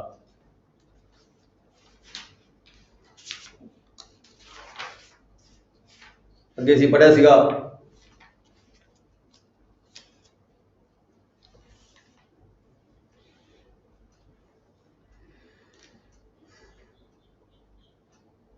subsection 15, any claim to set aside on any ground other than fraud, sale for the recovery of areas of the land revenue, ਕੋਈ property sale ਕੀਤੀ ਜਾ ਰਹੀ ਹੈ revenue officer ਵੱਲੋਂ, ਠੀਕ ਹੈ ਜੀ, ਉਹਦੇ ਵਿੱਚ ਸੇਲ ਦਾ ਜਿਹੜਾ ਪ੍ਰੋਸੈਸ ਸੀਗਾ ਉਹ ਗਲਤ ਅਡਾਪਟ ਕੀਤਾ ਗਿਆ, ਠੀਕ ਨਹੀਂ ਕੀਤਾ ਗਿਆ, ਇਦਾਂ ਦੇ ਜਿਹੜੇ ਕੇਸ ਹੈਗੇ ਉਹਦੇ ਵਿੱਚ ਜਿਹੜਾ ਕੋਈ ਪਾਰਟੀ ਹੈ ਕੰਸਰਨ ਪਾਰਟੀ ਕਮਿਸ਼ਨਰ ਤੇ ਜਾ ਸਕਦੀ ਹੈ, ਠੀਕ ਹੈ, ਕਿਉਂਕਿ ਕਮਿਸ਼ਨਰ ਵੱਲੋਂ ਜਿਹੜੀ ਸੇਲ ਹੈਗੀ ਆ ਉਹ ਕਨਫਰਮ ਕੀਤੀ ਜਾਂਦੀ ਹੈ ਪਰ ਸਿਵਲ ਕੋਰਟ ਦੇ ਵਿੱਚ ਨਹੀਂ ਜਾ ਸਕਦੀ।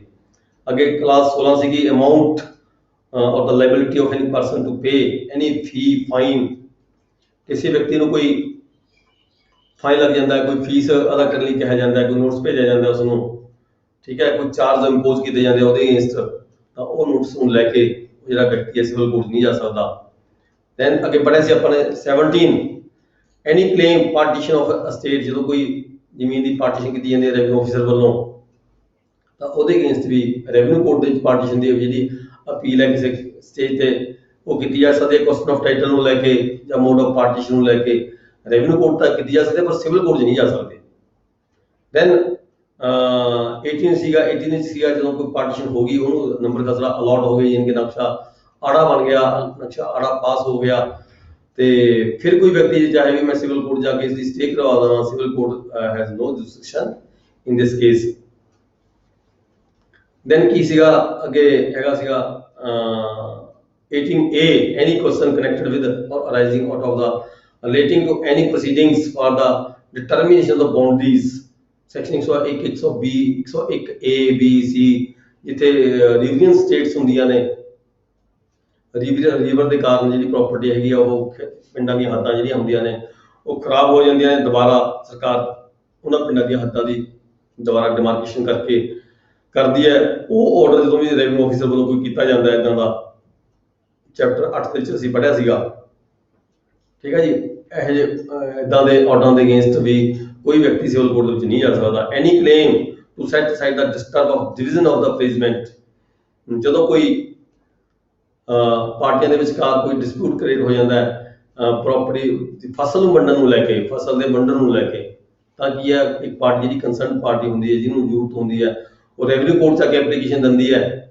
ਵੀ ਜਿਹੜੀ ਸਾਡੀ ਜਿਹੜੀ ਫਸਲ ਹੈ ਇਹਨੂੰ ਵੰਡਵਾਉਣ ਦੇ ਲਈ ਤੁਸੀਂ ਸਾਡੀ ਹੈਲਪ ਕਰੋ, ਤਾਂ ਰੈਵਨਿਊ ਆਫਿਸਰ ਵੱਲੋਂ ਕਾਰਵਾਈ ਕੀਤੀ ਜਾਂਦੀ ਹੈ ਆਪਣੀ ਏਜੰਸੀ ਦੇ ਰਾਹੀਂ, ਉਹਦੀ ਫਸਲ ਵੰਡਵਾਈ ਜਾਂਦੀ ਹੈ। ਇੱਦਾਂ ਦਾ ਜਿਹੜਾ ਕੋਈ ਆਰਡਰ ਰੈਵਨਿਊ ਆਫਿਸਰ ਵੱਲੋਂ ਕੀਤਾ ਜਾਂਦਾ ਹੈ ਫਸਲ ਨੂੰ ਵੰਡਵਾਉਣ ਦੀ ਖਾਤਰ, ਅਨਾਜ ਨੂੰ ਵੰਡਵਾਉਣ ਦੀ ਖਾਤਰ, ਤਾਂ ਉਹਦੇ ਅਗੇਂਸਟ ਵੀ ਸਿਵਲ ਕੋਰਟ ਦੇ ਵਿੱਚ ਨਹੀਂ ਜਾ ਸਕਦੇ ਕੋਈ ਵਿਅਕਤੀ। Any question relating to the preparation of list of villages cesses, ਜਦੋਂ ਵੀ ਕਿਸੇ ਪਿੰਡ ਦੇ ਵਿੱਚ ਕੋਈ ਸਰਕਾਰ ਜਦੋਂ ਕੋਈ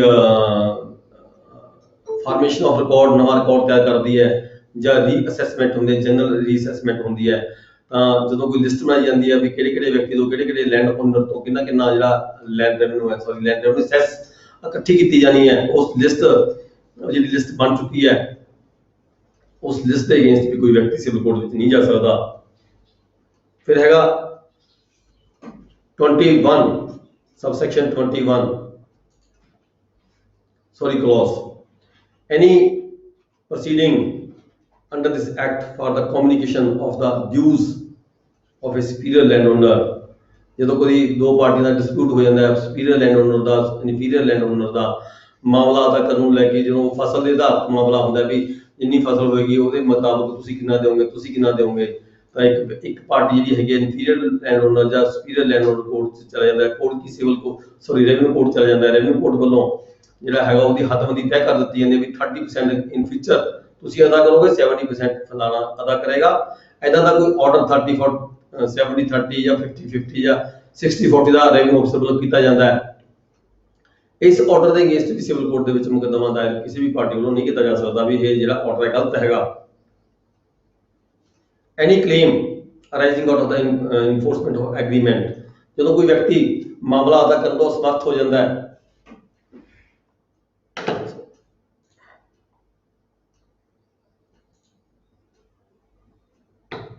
ਲੈਂਡ ਰੈਵਨਿਊ ਅਦਾ ਕਰਨ ਤੋਂ ਅਸਮਰਥ ਹੁੰਦਾ ਹੈ, ਉਹ ਪ੍ਰਪੋਜ਼ਲ ਦਿੰਦਾ ਆਪਣੀ ਰੈਵਨਿਊ ਏਜੰਸੀ ਦੇ ਰਾਹੀਂ ਵੀ ਮੇਰੇ ਤੋਂ ਆਹ ਕੰਮ ਕਰਵਾ ਲਓ, ਮੈਂ ਲੈਂਡ ਰੈਵਨਿਊ ਪੇ ਨਹੀਂ ਕਰ ਸਕਦਾ। ਸਰਕਾਰ ਦੇ ਨਾਲ ਐਗਰੀਮੈਂਟ ਕੀਤਾ ਜਾਂਦਾ ਹੈ ਵੀ ਇਹ ਵਿਅਕਤੀ ਪਰਟੀਕੂਲਰ ਕੰਮ ਕਰੇਗਾ, ਸਰਕਾਰ ਦੀ ਖਾਤਰ ਕੰਮ ਕਰੇਗਾ, ਇਹ ਵਾਲਾ ਕੰਮ ਕਰੇਗਾ। ਐਗਰੀਮੈਂਟ ਹੋ ਜਾਂਦਾ ਉਸ ਵਿਅਕਤੀ ਦੇ ਨਾਲ ਗਵਰਨਮੈਂਟ ਦੇ ਪੱਧਰ ਤੇ, ਜਿਹੜਾ ਵੀ ਕੋਈ ਆਫਿਸਰ ਗਵਰਨਮੈਂਟ ਵੱਲੋਂ ਨਿਯੁਕਤ ਕੀਤਾ ਜਾਂਦਾ ਹੈ, ਠੀਕ ਹੈ। ਉਹ ਐਗਰੀਮੈਂਟ ਨੂੰ ਕੱਲ ਨੂੰ ਉਸ ਐਗਰੀਮੈਂਟ ਨੂੰ ਲੈ ਕੇ ਕੋਈ ਵਿਅਕਤੀ ਸਿਵਲ ਕੋਰਟ ਦੇ ਵਿੱਚ ਨਹੀਂ ਜਾ ਸਕਦਾ ਵੀ ਇਹ ਐਗਰੀਮੈਂਟ ਦੇ ਉੱਪਰ ਸਰਕਾਰ ਕਿਉਂਕਿ ਸਰਕਾਰ ਕੋਲ ਪਾਵਰ ਹੈਗੀ ਹੈ, ਸਰਕਾਰ ਉਸ ਐਗਰੀਮੈਂਟ ਨੂੰ ਕਿਸੇ ਸਟੇਜ ਤੇ ਵੀ ਤੋੜ ਸਕਦੀ ਹੈ।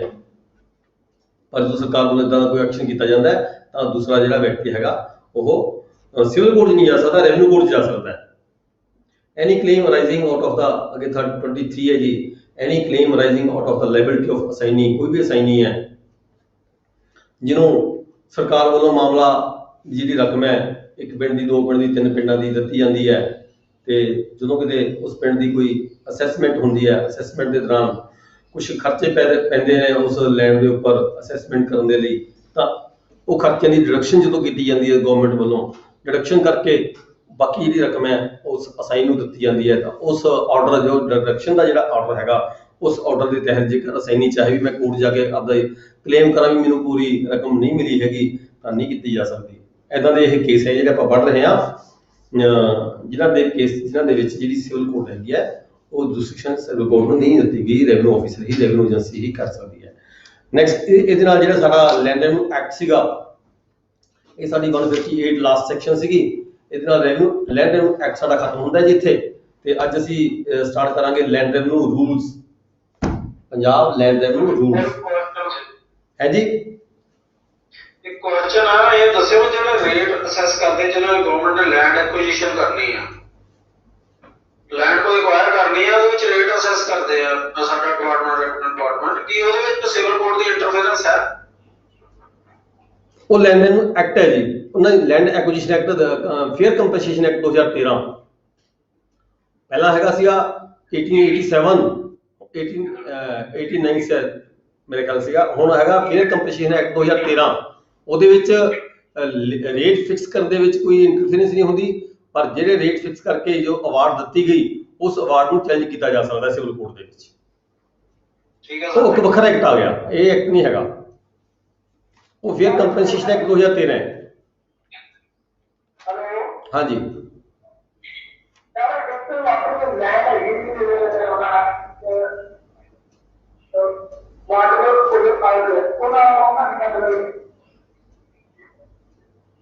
ਦੁਬਾਰਾ ਬੋਲੋ, ਸਮਝ ਨਹੀਂ ਆਈ ਤੁਹਾਡੀ ਆਵਾਜ਼।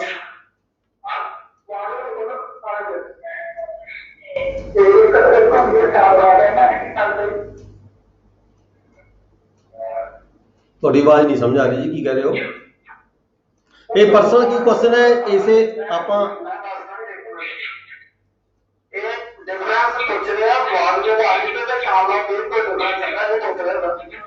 ਕਿਹਦੇ ਵਿੱਚ?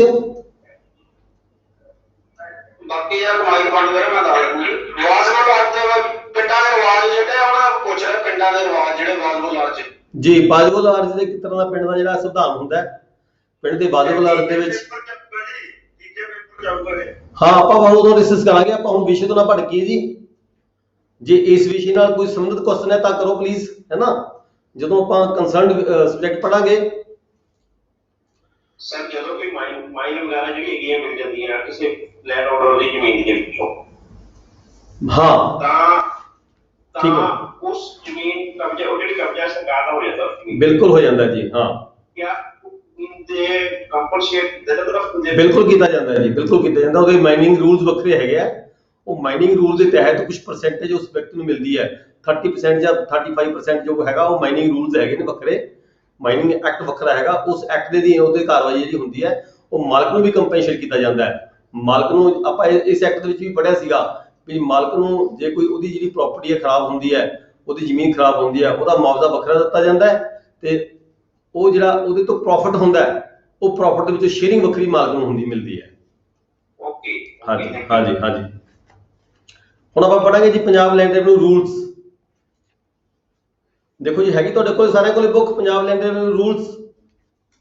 ਜ਼ਿਆਦਾਤਰ ਤਾਂ ਜਿਹੜੀਆਂ ਇਹ ਪੰਜਾਬ ਲੈਂਡ ਰੈਵਨਿਊ ਰੂਲਸ ਨੇ ਪੰਜਾਬ ਲੈਂਡ ਰੈਵਨਿਊ ਐਕਟ ਦੇ ਪਿਛਲੇ ਪਾਸੇ ਲੱਗੀਆਂ ਹੁੰਦੀਆਂ ਨੇ।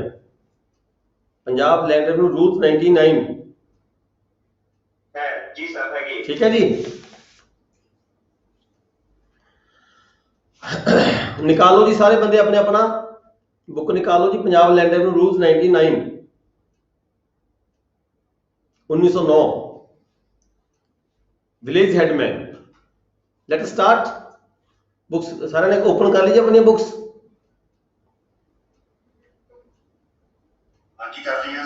Okay let start. Village headman ਇਹ ਜਿਹੜਾ ਰੂਲ ਹੈਗਾ ਦੇਖੋ ਪਹਿਲਾਂ ਮੈਂ ਆਪਾਂ ਕਈ ਵਾਰੀ ਗੱਲ ਕਰ ਚੁੱਕੇ ਹਾਂ ਵੀ ਰੂਲਸ ਕਿਉਂ ਬਣਾਏ ਜਾਂਦੇ ਆ। ਰੂਲਸ ਬਣਾਏ ਜਾਂਦੇ ਆ ਕਿਸੇ ਐਕਟ ਨੂੰ ਲਾਗੂ ਕਰਨ ਦੀ ਖਾਤਰ। ਠੀਕ ਹੈ, ਜਦੋਂ ਕੋਈ ਐਕਟ ਹੈ ਐਕਟ ਦੇ ਵਿੱਚ ਪੂਰੀਆਂ ਕੋਈ ਕਮੀਆਂ ਰਹਿ ਜਾਂਦੀਆਂ ਨੇ ਐਕਟ ਨੂੰ ਲਾਗੂ ਕਰਨਾ ਦੇ ਲਈ ਵੱਖਰੇ ਵੱਖਰੇ ਜਿਹੜੇ ਰੂਲਸ ਹੈਗੇ ਆ ਉਹ ਸਰਕਾਰ ਵੱਲੋਂ ਬਣਾਏ ਜਾਂਦੇ ਨੇ। ਜਿਹੜਾ ਐਕਟ ਹੈ ਵਿਧਾਨ ਸਭਾ ਵੱਲੋਂ ਬਣਾਇਆ ਜਾਂਦਾ ਹੈ। ਠੀਕ ਹੈ, ਇਹਦੇ ਵਿੱਚ ਹੁਣ ਆਪਾਂ ਗੱਲ ਕਰਾਂਗੇ ਜਿਹੜੇ ਰੂਲਸ ਹੈਗੇ 1 to 13 ਇਹ ਓਮਿਟ ਕੀਤੇ ਗਏ ਨੇ ਤੇ ਵਿਲੇਜ ਹੈਡਮੈਨ ਤੋਂ ਅਸੀਂ ਪੜਾਂਗੇ ਵਿਲੇਜ ਹੈਡਮੈਨ यानी कि नंबरदार।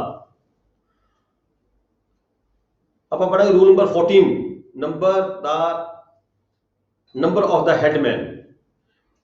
मतलब कि headman number of the headman किन्ने नंबर होने चाहिए ने हेडमैन दे किन्ने नंबरदार होने चाहिए ने पिंड दे विच। ਉਹਨਾਂ ਦੀ ਗਿਣਤੀ ਕਿੰਨੀ ਹੋਣੀ ਚਾਹੀਦੀ ਹੈ। ਆਪਾਂ ਦੇਖਦੇ ਹਾਂ ਸਾਰੇ ਆਪਾਂ ਜ਼ਿਆਦਾਤਰ ਇਸੇ ਵਿਸ਼ੇ ਨੂੰ ਡੀਲ ਕਰਦੇ ਹਾਂ ਵੀ ਜਿੰਨੀਆਂ ਪੱਤੀਆਂ ਹੁੰਦੀਆਂ ਹਰ ਪੱਤੀ ਦਾ ਇੱਕ ਨੰਬਰਦਾਰ ਪਿੰਡ ਦੇ ਵਿੱਚ ਹੁੰਦਾ ਹੈ। ਜ਼ਿਆਦਾਤਰ ਜਿੱਥੇ ਕਿਸੇ ਪਿੰਡ ਦੇ ਵਿੱਚ ਪੱਤੀਦਾਰੀ ਸਿਸਟਮ ਨਹੀਂ ਹੁੰਦਾ ਉੱਥੇ ਕੋਈ ਹੋਰ ਤਰੀਕੇ ਦੇ ਨਾਲ ਜਿਹੜੀ ਗਿਣਤੀ ਹੈ ਪਹਿਲਾਂ ਤੋਂ ਚਲੀ ਆ ਰਹੀ ਹੈ ਜਮਾਂ ਦੇ ਮੁਤਾਬਕ ਸਾਡੇ ਰਿਕਾਰਡ ਦੇ ਮੁਤਾਬਕ ਉਹਦੇ ਨੰਬਰਦਾਰ ਹੁੰਦੇ ਨੇ। ਅਸਫੀਸ਼ੀਐਂਟ ਨੰਬਰ, ਸਫੀਸ਼ੀਐਂਟ ਮਤਲਬ ਕਿ ਜਿੰਨਾ ਕਿ ਉਹਨੂੰ ਹੋਲਡ ਕਰ ਸਕਦੇ ਹੁਣ ਪਿੰਡ ਨੂੰ, ਕਿੰਨੇ ਨੰਬਰਦਾਰ 2 3 4 5 6 7 8 ਇਦਾਂ ਗਿਣਤੀ ਇਹਦੀ ਘੱਟ ਵੱਧ ਹੋ ਸਕਦੀ ਹੈ। ਠੀਕ ਹੈ। sufficient number of the headmen shall be appointed to every state, ਹਰ ਪਿੰਡ ਦੇ ਵਿੱਚ at this number when one fixed, ਇੱਕ ਵਾਰ ਜਦੋਂ ਇਹ ਨੰਬਰ ਫਿਕਸ ਹੋ ਗਏ then he shall not be, once fixed shall not be increased except by the order of the commissioner, commissioner ਦੀ ਪ੍ਰਵਾਨਗੀ ਤੋਂ ਬਿਨਾਂ ਇਹਨਾਂ ਦੀ ਗਿਣਤੀ ਜਿਹੜੀ ਨਹੀਂ ਵਧਾਈ ਜਾ ਸਕਦੀ ਨੰਬਰਦਾਰਾਂ ਦੀ। ਕਿਸੇ ਪਿੰਡ ਦੇ ਵਿੱਚ ਜਿੰਨੇ ਨੰਬਰਦਾਰ ਨਿਯੁਕਤ ਕੀਤੇ ਗਏ ਨੇ ਆਲਰੇਡੀ ਪਹਿਲਾਂ ਤੋਂ, ਉਹਨਾਂ ਦੀ ਜੇ ਗਿਣਤੀ ਵਧਾਣੀ ਹੋਵੇ ਤਾਂ ਉੱਥੇ ਕਮਿਸ਼ਨ ਦੀ ਪ੍ਰਵਾਨਗੀ ਲੈਣੀ ਜ਼ਰੂਰੀ ਹੈਗੀ ਹੈ। ਦੂਜੀ ਗੱਲ, ਜੇ ਨੰਬਰਦਾਰ ਪਹਿਲਾਂ ਫਿਕਸ ਕੀਤੇ ਹੋਏ ਨੇ 5, ਫਿਰ ਅਸੀਂ ਨੰਬਰਦਾਰ ਕਹਿੰਦੇ ਵੀ ਹੁਣ ਇਹ ਪਿੰਡ ਦੇ ਵਿੱਚ ਜਿਹੜੀ ਜ਼ਮੀਨ ਹੈ ਸਰਕਾਰ ਕੋਲ ਚਲੀ ਗਈ, ਅੱਧੀ ਜ਼ਮੀਨ ਚਲੀ ਗਈ ਸਰਕਾਰ ਕੋਲੇ, ਜਾਂ ਇੱਥੇ ਇਹ ਕਹਿ ਲਈਏ ਵੀ ਅਰਬਨ ਏਰੀਆ ਬਣ ਗਿਆ, ਹੁਣ ਇੱਥੇ ਨੰਬਰਦਾਰ ਦੀ ਲੋੜ ਨਹੀਂ ਰਹੀ ਜਿਵੇਂ ਸ਼ਹਿਰੀ ਏਰੀਆ ਹੁੰਦੇ ਨੇ। ਤਾਂ ਜੇ ਗਿਣਤੀ ਘਟਾਣੀ ਹੋਵੇ ਨੰਬਰਦਾਰਾਂ ਦੀ ਤਾਂ FCR ਦੀ ਪਰਮਿਸ਼ਨ ਜ਼ਰੂਰੀ ਹੈ। ਰਿਡਿਊਸਡ ਜੇ ਕਰਨੀ ਹੋਵੇ then except by the order of the financial commissioner, ਤਾਂ FCR ਦੀ ਮਨਜ਼ੂਰੀ ਤੋਂ ਬਗੈਰ ਅਸੀਂ ਨੰਬਰਦਾਰਾਂ ਦੀ ਗਿਣਤੀ ਨਹੀਂ ਘਟਾ ਸਕਦੇ। ਫਿਰ ਹੈ ਜੀ ਸਬ rule 2, if an estate or a considerable portion thereof is owned by the government, the headman may be appointed from the amongst the tenants। ਦੇਖੋ ਜੇ ਹੁਣ ਲੈਂਡ ਹੀ ਸਾਰਾ ਪਿੰਡ ਦੀ ਜ਼ਮੀਨ ਹੀ ਸਰਕਾਰ ਦੀ ਹੈ, ਮਤਲਬ ਲੈਂਡ ਓਨਰ ਕੌਣ ਹੈ? ਗਵਰਨਮੈਂਟ ਹੈ। ਤਾਂ ਇਟ ਮੀਨਸ ਉਸ ਜ਼ਮੀਨ ਨੂੰ ਬਾਹੂਗਾ ਕੌਣ? ਟੀਨੈਂਟਸ ਬਣਨਗੇ, ਸਰਕਾਰ ਦੇ ਮੁਜ਼ਾਹਰੇ ਬਣਨਗੇ। ਤਾਂ ਜਿਹੜਾ ਨੰਬਰਦਾਰ ਹੈ ਉਹ ਸਰਕਾਰ ਦੇ ਮੁਜ਼ਾਹਰਿਆਂ ਚੋਂ, ਟੀਨੈਂਟਸ ਚੋਂ ਹੀ ਬਣਾਇਆ ਜਾਵੇਗਾ। ਠੀਕ ਹੈ ਜੀ। ਦੂਜੇ ਕੇਸਾਂ ਦੇ ਵਿੱਚ ਜਿੱਥੇ ਲੈਂਡ ਓਨਰ ਆਪ ਨੇ ਜ਼ਮੀਨ ਦੇ ਮਾਲਕ ਨੇ, ਤਾਂ ਉੱਥੇ ਜਿਹੜਾ ਮਾਲਕ ਨੰਬਰਦਾਰ ਹੈ ਉਹ ਪਿੰਡ ਦੇ ਮਾਲਕਾਂ ਚੋਂ ਬਣਾਇਆ ਜਾਏਗਾ, land honours. He shall be appointed from the amongst the landowners in other estates, ਦੂਜੇ ਪਿੰਡਾਂ ਦੇ ਵਿੱਚ ਸਰਕਾਰੀ ਜ਼ਮੀਨ ਨੂੰ ਛੱਡ ਕੇ, ਸਰਕਾਰੀ ਜਿੱਥੇ ਸਰਕਾਰੀ ਜ਼ਮੀਨ ਹੈ ਉਹਨੂੰ ਛੱਡ ਕੇ ਬਾਕੀ ਪਿੰਡਾਂ ਦੇ ਜਿਹੜਾ ਨੰਬਰਦਾਰ ਹੈ ਉਹ ਪਿੰਡ ਦੇ ਮਾਲਕਾਂ ਚੋਂ ਬਣਾਇਆ ਜਾਏਗਾ। Again, the lessee of the revenue or the produce of an uncultivated or forest estate owned by the government shall be putting the currency of his lease the headman thereof। ਇਹ ਲੀਜ਼ ਦੀ ਗੱਲ ਕਰਦਾ ਹੈ, ਜੇ ਕੋਈ property ਸਾਰੀ lease ਤੇ ਦਿੱਤੀ ਗਈ ਹੋਵੇ ਤਾਂ ਜਿਹੜਾ ਹੈਡਮੈਨ ਹੈ ਉਹ ਲੀਜ਼ ਦੇ ਵਿੱਚੋਂ ਹੀ, ਮੈਨੂੰ ਸਮਝ ਨਹੀਂ ਆਇਆ ਕੀ ਲਿਖਿਆ ਇਹਦੇ ਵਿੱਚ ਇਸਨੇ, ਲੀਜ਼ ਦੀ ਗੱਲ ਕੀਤੀ ਹੈ ਜੀ, ਹੈਡਮੈਨ ਦੀ ਗੱਲ ਨਹੀਂ ਇੱਥੇ ਕੀਤੀ ਵੀ ਜਿਹੜਾ ਹੈਡਮੈਨ ਹੈਗਾ ਉਹ ਲੀਜ਼ ਨੂੰ ਨਹੀਂ ਲਿਖੇਗਾ, ਲੀਜ਼ ਦੇ ਪੈਸਿਆਂ ਦੇ ਉੱਪਰ ਜਿਹੜਾ ਮਾਮਲਾ ਵਗੈਰਾ ਲੱਗੇਗਾ ਕੋਈ, ਉਹਦੇ ਤੇ ਫਿਰ ਲੈਸੀਆਂ ਤੋਂ ਵਸੂਲ ਕੀਤੀ ਜਾਵੇਗੀ ਜਿਹਦੀ ਰਕਮ ਹੈਗੀ ਹੈ। ਇਹ ਖਾਸ ਇੰਪੋਰਟੈਂਸ ਨਹੀਂ ਹੈ। ਅੱਗੇ ਆਪਾਂ ਗੱਲ ਕਰਦੇ ਹਾਂ ਇਹਦੇ ਸੰਬੰਧ ਵਿੱਚ। ਇਹ ਇਨ ਪ੍ਰੈਕਟੀਕਲ ਆਪਾਂ ਕਈ ਬੰਦੇ ਇੱਕ ਦੂਜੇ ਨੂੰ ਪੁੱਛਦੇ ਰਹਿੰਦੇ ਹਾਂ ਵੀ ਜਿਹੜਾ ਇਹ ਨੰਬਰਦਾਰੀ ਦਾ ਜਿਹੜਾ ਪੋਸਟ ਹੈ ਕਿ ਇਹ ਪ੍ਰੋਫਿਟੇਬਲ ਪੋਸਟ ਹੈ, ਕਿ ਇਹਦੇ ਤੇ ਕੋਈ ਬੰਦਾ ਜੇ ਕੋਈ ਗਵਰਨਮੈਂਟ ਦੇ ਜੌਬ ਕਰਦਾ ਹੈ, ਨਹੀਂ ਇਹੀ ਸੈਕਸ਼ਨ ਕਰ ਰਹੇ ਹਾਂ ਜੀ ਆਪਾਂ, ਇਹੀ ਸੈਕਸ਼ਨ ਕਰ ਰਹੇ ਹਾਂ। ਆਫਿਸ ਦਾ ਨੰਬਰਦਾਰ ਕੀ ਹੈ? Whether office of profit? No. ਜੇ ਤੁਹਾਨੂੰ ਕੋਈ ਕੁਐਸਚਨ ਆਉਂਦਾ ਹੈ ਵੀ ਕੀ ਇਹ ਜਿਹੜਾ ਨੰਬਰਦਾਰ ਦੀ ਪੋਸਟ ਹੈ ਕਿ ਇਹ ਆਫਿਸ ਆਫ ਪ੍ਰੋਫਿਟ ਹੈ, ਆਪਾਂ ਲਿਖਾਂਗੇ ਨੋ ਸੈਲਰੀ, ਕਿਉਂਕਿ ਇੱਥੇ ਸੈਲਰੀ ਨਹੀਂ ਦਿੱਤੀ ਜਾਂਦੀ। ਠੀਕ ਹੈ। ਇੱਥੇ ਸਿਰਫ ਓਨਰੇਰੀਅਮ ਦਿੱਤਾ ਜਾਂਦਾ, ਓਨਰੇਰੀਅਮ, ਨਾਟ ਸੈਲਰੀ। ਇਹਨੂੰ ਆਪਾਂ ਸੈਲਰੀ ਨਹੀਂ ਕਹਾਂਗੇ। ਠੀਕ ਹੈ। ਜਿਵੇਂ ਆਪਾਂ ਕਹਿੰਦੇ ਵੀ ਕੋਈ ਵੀ ਵਿਅਕਤੀ ਆਫਿਸ ਆਫ ਪ੍ਰੋਫਿਟ ਦੋ ਜਗ੍ਹਾ ਤੇ ਨਹੀਂ ਲੈ ਸਕਦਾ, ਜਿਵੇਂ ਕੋਈ ਸਰਕਾਰੀ ਮੁਲਾਜ਼ਮ ਹੈ, ਸਰਕਾਰੀ ਮੁਲਾਜ਼ਮ ਆਫਿਸ ਆਫ ਪ੍ਰੋਫਿਟ ਉਹ ਤਾਂ ਦੋ ਜਗ੍ਹਾ ਤੇ ਨਹੀਂ ਹੋ ਸਕਦਾ, ਯਾਨੀ ਕਿ ਇੱਕ ਜਗ੍ਹਾ ਤੇ ਹੀ ਨੌਕਰੀ ਕਰ ਸਕਦਾ, ਦੂਜੀ ਜਗ੍ਹਾ ਤੇ ਨਹੀਂ ਕਰ ਸਕਦਾ। ਇਹਦੇ ਵਿੱਚ ਜਿਹੜਾ ਨੰਬਰਦਾਰ ਹੈਗਾ ਇਸ ਨੂੰ ਆਫਿਸ ਆਫ ਪ੍ਰੋਫਿਟ ਨਹੀਂ ਕਹਿ ਸਕਦੇ। ਜੇ ਕੋਈ ਸਰਕਾਰੀ ਮੁਲਾਜ਼ਮ ਵੀ, ਇਹਦਾ ਮਤਲਬ ਇਹ ਹੋਇਆ ਵੀ ਸਰਕਾਰੀ ਮੁਲਾਜ਼ਮ ਵੀ ਜੇ ਕੋਈ ਹੋਵੇ ਤਾਂ ਵੀ ਉਹ ਨੰਬਰਦਾਰ ਬਣ ਸਕਦਾ ਹੈ, ਕਿਉਂਕਿ ਇਹ this is not A called A office of profit. ਨੰਬਰਦਾਰ ਦੀ ਜਿਹੜੀ ਪੋਸਟ ਹੈਗੀ ਹੈ ਇਹਨੂੰ ਅਸੀਂ ਆਫਿਸ ਆਫ ਪ੍ਰੋਫਿਟ ਨਹੀਂ ਕਹਾਂਗੇ। ਇੱਥੇ ਸਿਰਫ ਉਹਨੂੰ ਓਨਰੇਰੀਅਮ ਦਿੱਤਾ ਜਾਂਦਾ ਹੈ, ਨਾ ਕਿ ਉਹਨੂੰ ਸੈਲਰੀ ਦਿੱਤੀ ਜਾਂਦੀ ਹੈ। ਕੋਈ ਸੈਲਰੀ ਨਹੀਂ ਦਿੱਤੀ ਜਾਂਦੀ। ਠੀਕ ਹੈ। ਕੋਈ ਐਮੋਲੂਮੈਂਟਸ ਨਹੀਂ ਦਿੱਤੇ ਜਾਂਦੇ, ਕੋਈ ਹੋਰ ਫੈਸਿਲਿਟੀਜ਼ ਨਹੀਂ ਹੁੰਦੀਆਂ। ਠੀਕ ਹੈ। ਦੇਅਰਫੋਰ ਨੋ ਆਫਿਸ ਆਫ ਪ੍ਰੋਫਿਟ ਜੀ। ਪੰਜਾਬ 'ਚ ਆਪਣਾ ਨੈਕਸੀਦਾਰ ਇੱਕ ਨੰਬਰਦਾਰ। Okay, very nice. ਉਹੀ ਆਪਾਂ ਗੱਲ ਕਰ ਰਹੇ ਹਾਂ ਵੀ ਕੋਈ ਵੀ ਸਰਕਾਰੀ ਆਫਿਸਰ, ਕੋਈ ਵੀ ਸਰਕਾਰੀ ਮੁਲਾਜ਼ਮ ਜਿਹੜਾ ਪਿੰਡ ਦਾ ਨੰਬਰਦਾਰ ਬਣ ਸਕਦਾ ਹੈ। ਠੀਕ ਹੈ ਜੀ। ਜਸਵਿੰਦਰ, ਓਕੇ, ਜਿਹੜੇ ਪਹਿਲਾਂ ਆਪਣਾ ਟੀਚਰ ਹੁੰਦੇ ਸੀ ਕਾਲਜ ਦੇ ਵਿੱਚ, ਸਕੂਲ ਦੇ ਵਿੱਚ? ਜਿਹੜਾ ਪ੍ਰਧਾਨ ਸੀ ਐਸੋਸੀਏਸ਼ਨ ਦੇ। ਓਕੇ ਓਕੇ ਓਕੇ ਓਕੇ ਆਪਾਂ ਆਪਾਂ ਉਹੀ ਗੱਲ ਕਰ ਰਹੇ ਹਾਂ ਵੀ ਕੋਈ ਵਿਅਕਤੀ ਜੇ ਕਹੇ ਵੀ ਮੈਂ ਤਾਂ ਜਿਹਦੀ ਨੰਬਰਦਾਰੀ ਡਿਸਕੁਆਲੀਫਾਈ ਹੋਣੀ ਚਾਹੀਦੀ ਹੈ, ਜਿਹਦੀ ਜੌਬ ਹੈ ਡਿਸਕੁਆਲੀਫਾਈ ਹੋਣੀ ਚਾਹੀਦੀ ਹੈ, ਨਾਟ ਡਿਸਕੁਆਲੀਫਾਈਡ ਟੂ ਕੰਟੈਸਟ ਇਲੈਕਸ਼ਨ। ਦੇਖੋ ਜੇ ਕੋਈ ਨੰਬਰਦਾਰ ਇਲੈਕਸ਼ਨ ਲੜਨਾ ਚਾਹੇ ਤਾਂ ਇਸ ਵਿਸ਼ੇ ਤੇ ਕੋਈ ਬੰਦਾ ਚੈਲੰਜ ਨਹੀਂ ਕਰ ਸਕਦਾ ਵੀ ਇਹ ਤਾਂ ਜੇ ਨੰਬਰਦਾਰ ਹੈ ਪਿੰਡ ਦਾ, ਇਹ ਕੋਈ ਐਮਐਲਏ ਦੀ ਇਲੈਕਸ਼ਨ ਲੜਨੀ ਚਾਹੁੰਦਾ ਹੈ, ਕੋਈ ਹੋਰ ਚਾਹੁੰਦਾ ਹੈ ਵੀ ਇਹ ਨਹੀਂ ਲੜ ਸਕਦਾ। ਪਰ ਨਹੀਂ, not disqualified to contest election as member of the gram panchayat, ਕੋਈ ਪੰਚਾਇਤ ਦੀ ਇਲੈਕਸ਼ਨ ਲੜਨਾ ਚਾਹੇ। ਇਹ ਜਿਹੜਾ ਇੱਕ ਡਿਸੀਜਨ ਹੋਇਆ ਸੀਗਾ Anop Singh versus Punjab state election commission, ਕਿਸੇ ਅਨੋਪ ਸਿੰਘ ਨੇ ਕੋਈ ਮੁਕੱਦਮਾ ਦਾਇਰ ਕੀਤਾ ਸੀਗਾ ਕੋਈ ਸਟੇਟ ਇਲੈਕਸ਼ਨ ਕਮਿਸ਼ਨ ਦੇ ਅਗੇਂਸਟ 2010 ਦੇ ਵਿੱਚ, ਠੀਕ ਹੈ। ਸੁਪਰੀਮ ਕੋਰਟ ਤੱਕ ਗਿਆ ਉਹ ਮੁਕੱਦਮਾ, ਜਿਹਦੇ ਵਿੱਚ ਨੰਬਰਦਾਰ ਨੂੰ ਡਿਸਕੁਆਲੀਫਾਈ ਨਹੀਂ ਕੀਤਾ ਗਿਆ ਇਲੈਕਸ਼ਨ ਲੜਨ ਤੋਂ, ਠੀਕ ਹੈ ਜੀ। ਇਹ ਤਾਂ ਜਨਰਲ ਗੱਲਾਂ ਨੇ ਜਿਹੜੀਆਂ ਤੁਹਾਨੂੰ ਕੰਮ ਆਉਂਦੀਆਂ ਨੇ। ਮੈਂ ਉਹ ਇੱਕ ਦੋ ਕੋਰਟ ਕੇਸ ਸੀਗੇ ਉਹਨਾਂ ਦੇ ਸੰਬੰਧ ਵਿੱਚ ਆਪਾਂ ਡਿਸਕਸ ਕੀਤਾ। Anop Singh versus state of Punjab ਨਾ, Anop Singh versus Punjab state election commission 2010। ਇਹ ਤੁਸੀਂ ਕਿਤੇ ਕੋਰਟ ਵੀ ਕਰ ਸਕਦੇ ਹੋ ਜੇ ਤੁਹਾਨੂੰ ਕੋਈ ਕੁਐਸਚਨ ਆਉਂਦਾ ਹੈ ਇਦਾਂ ਦਾ, ਜਿਹੜਾ ਹੈਗਾ ਕੋਰਟ ਕਰਦੇ ਹੋ ਫਿਰ ਤੁਹਾਡੇ ਜਿਹੜੇ ਨੰਬਰ ਨੇ ਉਹ ਕਿਸੇ ਵੀ ਸਟੇਜ ਦੇ ਜਿਹੜਾ ਐਗਜ਼ਾਮੀਨਰ ਹੁੰਦਾ ਹੈ ਉਹ ਨਹੀਂ ਘਟਦਾ ਹੈਗਾ, ਅਲੱਗ ਨੌਲੇਜ ਪਤਾ ਵੀ ਇਹਨੂੰ ਪੂਰੀ ਨੌਲੇਜ ਹੈਗੀ ਹਰ ਕੰਮ ਦੀ। ਦੈਨ ਅਸੀਂ ਸੈਕਸ਼ਨ ਪੜਾਂਗੇ 15, ਸੌਰੀ ਸੈਕਸ਼ਨ ਦੀ rule 15, matter to be considered in the first appointment. ਦੇਖੋ ਤੁਸੀਂ ਆਫੀਸਰ ਜਦੋਂ ਬਣਨਾ ਹੈ, ਰੈਵਨਿਊ ਆਫੀਸਰ ਬਣਨਾ ਹੈ, ਤੇ ਤੁਹਾਡੀ ਅਦਾਲਤ ਦੇ ਵਿੱਚ ਨੰਬਰਦਾਰ ਨੂੰ ਲੈ ਕੇ ਕੇਸ ਆਣੇ ਨੇ, ਠੀਕ ਹੈ। ਤੇ ਇੱਥੇ ਬੜੀ ਵੱਡੀ ਪ੍ਰੋਬਲਮ ਹੁੰਦੀ ਹੈ ਕਿ ਜਿਵੇਂ ਦੇਖੋ ਜਿੱਦਾਂ ਨੰਬਰਦਾਰ ਨੂੰ ਲੈ ਕੇ ਕੇਸ ਇੱਕ ਆਇਆ, ਐਪਲੀਕੇਸ਼ਨ ਇੱਕ ਆਈ ਹੈ, ਫਿਰ ਤਾਂ ਗੱਲ ਵੱਖਰੀ ਹੈ, ਤੁਹਾਡੇ ਕੋਲ ਕੋਈ ਆਪਸ਼ਨ ਹੀ ਨਹੀਂ ਹੈਗੀ ਹੋਰ, ਠੀਕ ਹੈ। ਪਰ ਜੇ ਕਿਤੇ 4-5 ਅਰਜ਼ੀਆਂ ਆ ਗਈਆਂ ਨੰਬਰਦਾਰੀ ਅਪਾਇੰਟਮੈਂਟ ਨੂੰ ਲੈ ਕੇ, ਤਾਂ ਤੁਸੀਂ ਕੀ ਦੇਖਣਾ ਉੱਥੇ? ਤੁਸੀਂ ਚੋਇਸ ਤੁਹਾਡੀ ਕੀ ਹੋਏਗੀ? ਤੁਸੀਂ ਕਿਹੜੇ ਬੰਦੇ ਨੂੰ ਪ੍ਰੈਫਰ ਕਰੋਗੇ, ਠੀਕ ਹੈ, ਕਿਹੜਾ ਨੰਬਰਦਾਰ ਹੋਣਾ ਚਾਹੀਦਾ ਹੈ? ਤੁਹਾਡੇ ਕੋਲ 6 ਐਪਲੀਕੇਸ਼ਨ ਆ ਗਈਆਂ, 5 ਆ ਗਈਆਂ, 4 ਆ ਗਈਆਂ, 3 ਆ ਗਈਆਂ, ਠੀਕ ਹੈ। ਤਾਂ ਉੱਥੇ ਕਿਹੜੇ ਜਿਹੜੇ ਪੁਆਇੰਟਸ ਨੇ ਕੰਸੀਡਰ ਕਰਨੇ ਆ ਅਸੀਂ ਨੰਬਰਦਾਰ ਦਾ ਨਾਮ ਰਿਕਮੈਂਡ ਕਰਨ ਦੀ ਖਾਤਰ? ਸਭ ਤੋਂ ਪਹਿਲਾ ਪੁਆਇੰਟ ਹੈ ਜੀ hereditary claim. Matters to be considered in first appointment. In all the first appointments of the headman, regard shall be had among other matters. ਹੋਰਾਂ ਗੱਲਾਂ ਨੂੰ ਛੱਡ ਕੇ ਇਹਨਾਂ ਜਿਹੜੇ ਪੁਆਇੰਟ ਹੈਗੇ ਆ 6, 1 2 3 4 5 6, ਇਹ ਤੋਂ ਲੈ ਕੇ F ਤੱਕ, ਇਹ 6 ਪੁਆਇੰਟ ਹੈਗੇ ਜਿਹੜੇ ਇਹਨਾਂ ਨੂੰ ਅਸੀਂ ਮੰਦੇ ਨਜ਼ਰ ਰੱਖਾਂਗੇ ਕਿਸੇ ਦਾ ਨਾਮ ਰਿਕਮੈਂਡ ਕਰਨ ਤੋਂ ਪਹਿਲਾਂ। ਕਿਹੜੇ ਹਿਸ ਹੈਰੀਡਿਟਰੀ ਕਲੇਮਸ, ਵੀ ਕੀ ਇਸ ਖਾਨਦਾਨ ਦੇ ਵਿੱਚ ਜਿਸ ਬੰਦੇ ਦੀ ਐਪਲੀਕੇਸ਼ਨ ਆਈ ਵੀ ਹੈ, ਠੀਕ ਹੈ, ਵੀ ਕੀ ਇਹਦੇ ਖਾਨਦਾਨ 'ਚ ਪਹਿਲਾਂ ਕੋਈ ਨੰਬਰਦਾਰ ਰਿਹਾ? ਹੈਰੀਡਿਟਰੀ ਕਲੇਮ ਵੀ ਕੀ ਇਹਨੂੰ ਮਾੜੀ ਮੋਟੀ ਕੰਮਕਾਰ ਦੀ ਨੌਲੇਜ ਹੈ, ਪਹਿਲਾਂ ਤੋਂ ਕੋਈ ਇਸ ਪਰਿਵਾਰ ਦੇ ਵਿੱਚ ਕੋਈ ਨੰਬਰਦਾਰ ਸੀਗਾ? ਇੱਕ ਤਾਂ ਇਹ ਦੇਖਿਆ ਜਾਏਗਾ। ਦੂਸਰਾ ਇਹ ਦੇਖਿਆ ਜਾਏਗਾ ਤਾਂ ਪ੍ਰਾਪਰਟੀ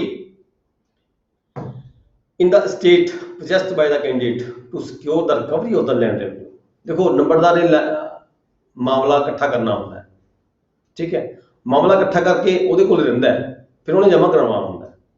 ਪਰ ਜੇ ਕੋਈ ਮਾਮਲਾ ਨੰਬਰਦਾਰ ਇਕੱਠਾ ਕਰਕੇ ਜਮ੍ਹਾਂ ਨਾ ਕਰਵਾਵੇ ਤਾਂ ਕੀ ਉਹਦੇ ਤੇ ਵੀ ਚੈੱਕ ਰੱਖੇ ਗਏ ਨੇ? ਚੈੱਕ ਕੀ ਰੱਖੇ ਗਏ ਨੇ? ਉਹਦੀ ਜਿਹੜੀ ਪ੍ਰਾਪਰਟੀ ਉਹਦੇ ਕੋਲ ਹੋਣੀ ਚਾਹੀਦੀ ਹੈ ਤਾਂ ਸਰਕਾਰ, ਤਾਂ ਕਿ ਸਰਕਾਰ ਤੋਂ ਰਿਕਵਰੀ ਕੀਤੀ ਜਾ ਸਕਦੀ ਹੋਵੇ। ਇਦਾਂ ਦੇ ਕੇਸ ਬਹੁਤ ਘੱਟ ਹੁੰਦੇ ਆ, ਪਰ ਫਿਰ ਵੀ ਰੇਅਰ ਕੇਸਿਸ ਹੁੰਦਾ ਹੈ ਇਹਦਾ, ਪਰ ਫਿਰ ਵੀ ਸਰਕਾਰ ਨੇ ਦੇਖਿਆ ਗਿਆ ਵੀ ਉਸ ਬੰਦੇ ਦੇ ਕੋਲੇ ਪ੍ਰਾਪਰਟੀ ਕਿੰਨੀ ਹੈ, ਉਹਦੀ property for the recovery of the land revenue as a security, land revenue secure ਕਰਨ ਦੀ ਖਾਤਰ ਉਹਦੇ ਕੋਲੇ ਕੋਈ ਜਾਇਦਾਦ ਹੈਗੀ ਜਾਂ ਨਹੀਂ ਹੈਗੀ, ਕਿੰਨੀ ਜਾਇਦਾਦ ਹੈਗੀ, ਇਹ ਵੀ ਇੱਕ ਜਿਹੜਾ ਪੁਆਇੰਟ ਹੈਗਾ ਇਹ ਵੀ ਕੰਸੀਡਰ ਕੀਤਾ ਜਾਂਦਾ ਹੈ। ਤੀਸਰਾ ਹੈਗਾ ਸੀ ਕਲੌਜ਼। ਸੀ ਕੀ ਹੈ? Service rendered to the state by himself, ਕਿ ਉਹਨੇ ਕੋਈ ਸਟੇਟ ਦੀ ਖਾਤਰ ਕੋਈ ਸਰਵਿਸ, ਕੋਈ ਕੰਮ ਕੀਤੇ ਨੇ, ਲੋਕ ਭਲਾਈ ਦੇ ਕੰਮ, ਜਾਂ ਉਹਦੀ ਫੈਮਿਲੀ ਵੱਲੋਂ ਕੋਈ ਇਦਾਂ ਦੇ ਕੰਮ ਕੀਤੇ ਗਏ ਨੇ ਜਿਹਦੇ 'ਚ ਸਾਨੂੰ ਲੱਗਦਾ ਵੀ ਹਾਂ ਯਾਰ ਇਹ ਬੰਦਾ ਫਿੱਟ ਹੈਗਾ, ਇਹ ਸਰਕਾਰ ਦੀ ਸੇਵਾ ਕਰਦਾ ਆ ਰਿਹਾ ਹੈ, ਕਰਦਾ, ਇਹਦੇ ਪਰਿਵਾਰ ਦੇ ਫਲਾਣੇ ਮੈਂਬਰ ਇਹ ਸਰਕਾਰ ਦੇ ਕੰਮਾਂ ਦੇ ਵਿੱਚ, ਸਰਕਾਰ ਦੀ ਮਹਿਕਮਾ ਡਿਪਾਰਟਮੈਂਟ ਦੀ, ਰੈਵਨਿਊ ਦੀ ਜਾਂ ਹੋਰ ਡਿਪਾਰਟਮੈਂਟਾਂ ਦੀ ਹੈਲਪ ਕਰਦੇ ਆ ਰਹੇ ਨੇ, ਤੇ ਇਹਨਾਂ ਨੂੰ ਨੌਲੇਜ ਹੈ, ਜਾਣਕਾਰੀ ਹੈਗੀ ਹੈ, ਇਹ ਜਿਹੜਾ ਹੈਗਾ ਨੰਬਰਦਾਰੀ ਦੇ ਲਈ ਫਿੱਟ ਹੈਗਾ। ਇਹ ਵੀ ਇੱਕ ਪੁਆਇੰਟ ਹੈਗਾ ਜਿਹੜਾ ਕਿ ਕੰਸੀਡਰ ਕੀਤਾ ਜਾਂਦਾ ਹੈ। ਅੱਗੇ ਡੀ ਪੁਆਇੰਟ ਹੈਗਾ ਹਿਸ ਪਰਸਨਲ ਇਨਫਲੂਐਂਸ।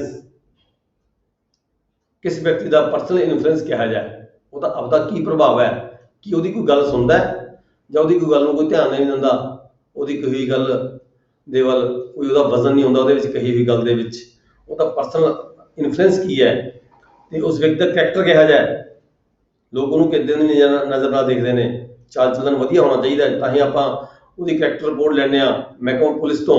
ਹਰ ਵਿਅਕਤੀ ਦੀ ਜਦੋਂ ਕੋਈ ਨੰਬਰਦਾਰ ਕੈਂਡੀਡੇਟ ਸਾਡੇ ਕੋਲ ਆਉਂਦੇ ਨੇ ਤਾਂ ਸਭ ਤੋਂ ਪਹਿਲਾਂ ਇਹੀ ਕੰਮ ਕੀਤਾ ਜਾਂਦਾ ਵੀ ਉਹਨਾਂ ਸਾਰੇ ਵਿਅਕਤੀਆਂ ਦੀ ਜਿਹੜੀ ਹੈ ਕਰੈਕਟਰ ਰਿਪੋਰਟ ਲਈ ਜਾਂਦੀ ਹੈ ਕੰਸਰਨਡ ਪੁਲਿਸ ਡਿਪਾਰਟਮੈਂਟ ਤੋਂ।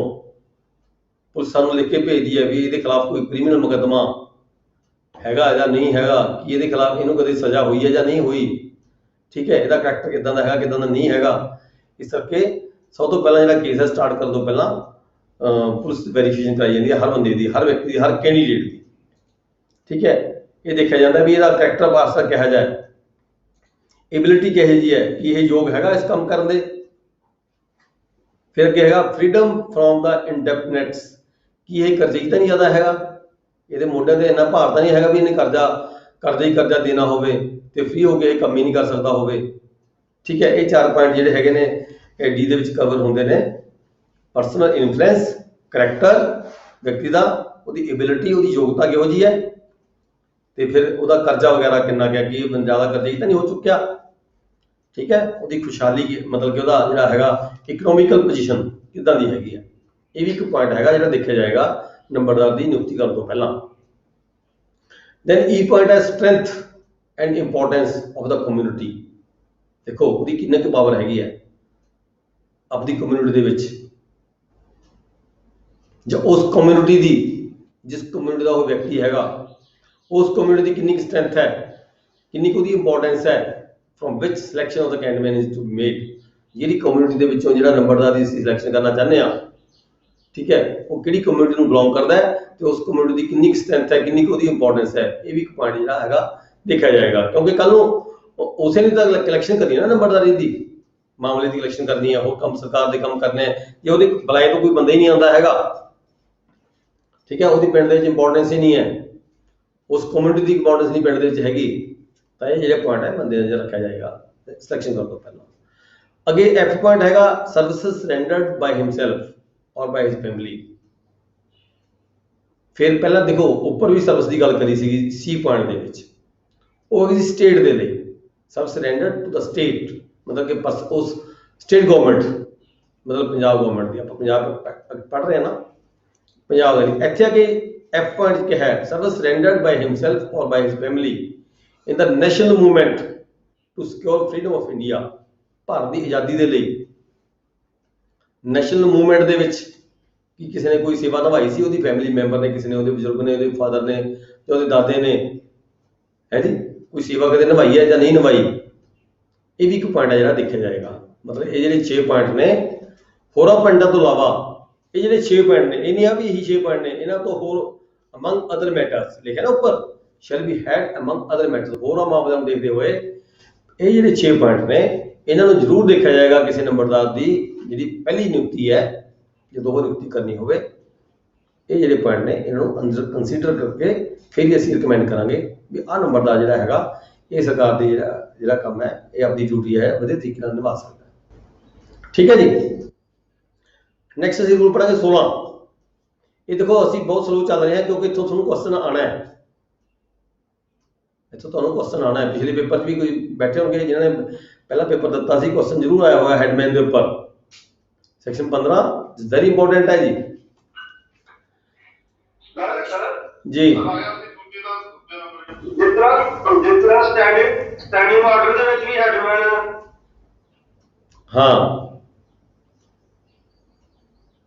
ਜੇ ਤੁਹਾਡਾ ਕਵਰ ਰੂਲ ਚੋਂ ਕਵਰ ਹੁੰਦਾ ਕੁਐਸਚਨ ਤਾਂ ਰੂਲ ਚੋਂ ਕਰ ਦਿਓ, ਠੀਕ ਹੈ। ਜੇ ਤੁਹਾਡਾ ਸਟੈਂਡਿੰਗ ਆਰਡਰ 'ਚ ਰੂਲ ਚੋਂ ਕਵਰ ਨਹੀਂ ਹੁੰਦਾ ਤਾਂ ਸਟੈਂਡਿੰਗ ਆਰਡਰ ਚੋਂ ਕਰ ਦਿਓ। ਆਪਾਂ ਸਟੈਂਡਿੰਗ ਆਰਡਰ ਪੜਾਂਗੇ, ਉੱਥੇ ਦੇਖਾਂਗੇ ਵੀ ਕੀ ਡਿਫਰੈਂਸ ਹੈ ਇਹਦੇ ਨਾਲੋਂ। ਜਦੋਂ ਸਟੈਂਡਿੰਗ ਆਰਡਰ ਪੜਾਂਗੇ ਨਾ ਜੀ, ਆਪਾਂ ਦੇਖਾਂਗੇ ਵੀ ਡਿਫਰੈਂਸ ਕੀ ਹੈ ਇਹਦੇ ਨਾਲੋਂ, ਉਹ ਤਾਂ ਆਪਾਂ ਨੂੰ ਕਲੀਅਰ ਹੋ ਜਾਏਗਾ ਵੀ ਸਾਨੂੰ ਜਿਹੜਾ ਕੁਐਸਚਨ ਹੈ ਅਟੈਂਪਟ ਕਰਨਾ ਚਾਹੀਦਾ ਹੈ ਇਹਨਾਂ ਰੂਲਾਂ ਵਿੱਚੋਂ ਕਰਨਾ ਚਾਹੀਦਾ ਜਾਂ ਸਟੈਂਡਿੰਗ ਆਰਡਰ ਚੋਂ ਕਰਨਾ ਚਾਹੀਦਾ। ਨੈਕਸਟ ਹੈਗਾ ਜੀ 16, ਰੂਲ 16 ਡਿਸਮਿਸਲ ਆਫ ਦਾ ਹੈਡਮੈਨ। ਦੇਖੋ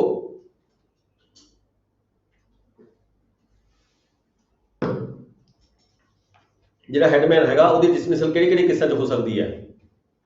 ਹੈਡਮੈਨ shall be dismissed when he is sentenced to imprisonment for 1 year or upward or to any heavier sentence ਜਾਂ ਤਾਂ ਉਹਨੂੰ 1 ਸਾਲ ਦੀ ਸਜ਼ਾ ਹੋ ਗਈ ਹੋਵੇ ਜਾਂ ਉਸ ਤੋਂ ਵੱਧ ਹੋ ਗਈ ਹੋਵੇ ਜਾਂ ਫਿਰ ਐਨੀ ਹੈਵੀਅਰ ਸੈਂਟੈਂਸ ਕੋਈ ਹੋਰ ਜ਼ਿਆਦਾ ਵੱਡੀ ਸਜ਼ਾ ਉਹਨੂੰ ਹੋ ਗਈ ਹੋਵੇ ਤਾਂ ਜਿਹੜਾ ਨੰਬਰਦਾਰ ਹੈ ਉਹਨੂੰ ਡਿਸਮਿਸ ਕੀਤਾ ਜਾਵੇਗਾ ਗਵਰਨਮੈਂਟ ਵੱਲੋਂ।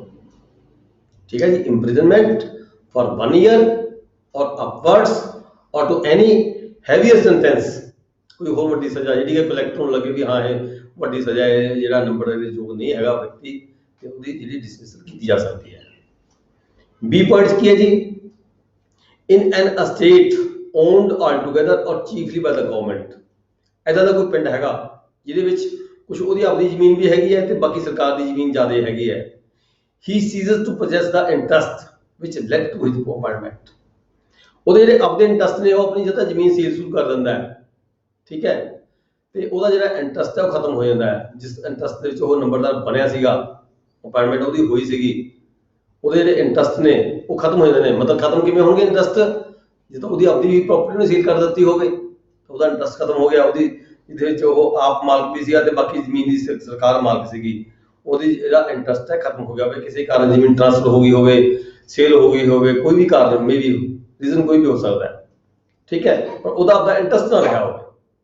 ਸਰ ਇਹ ਲਾਈਨ ਰਿਪੀਟ ਕਰਿਓ, ਮਿਸਪ੍ਰਿੰਟ ਆ ਥੋੜਾ।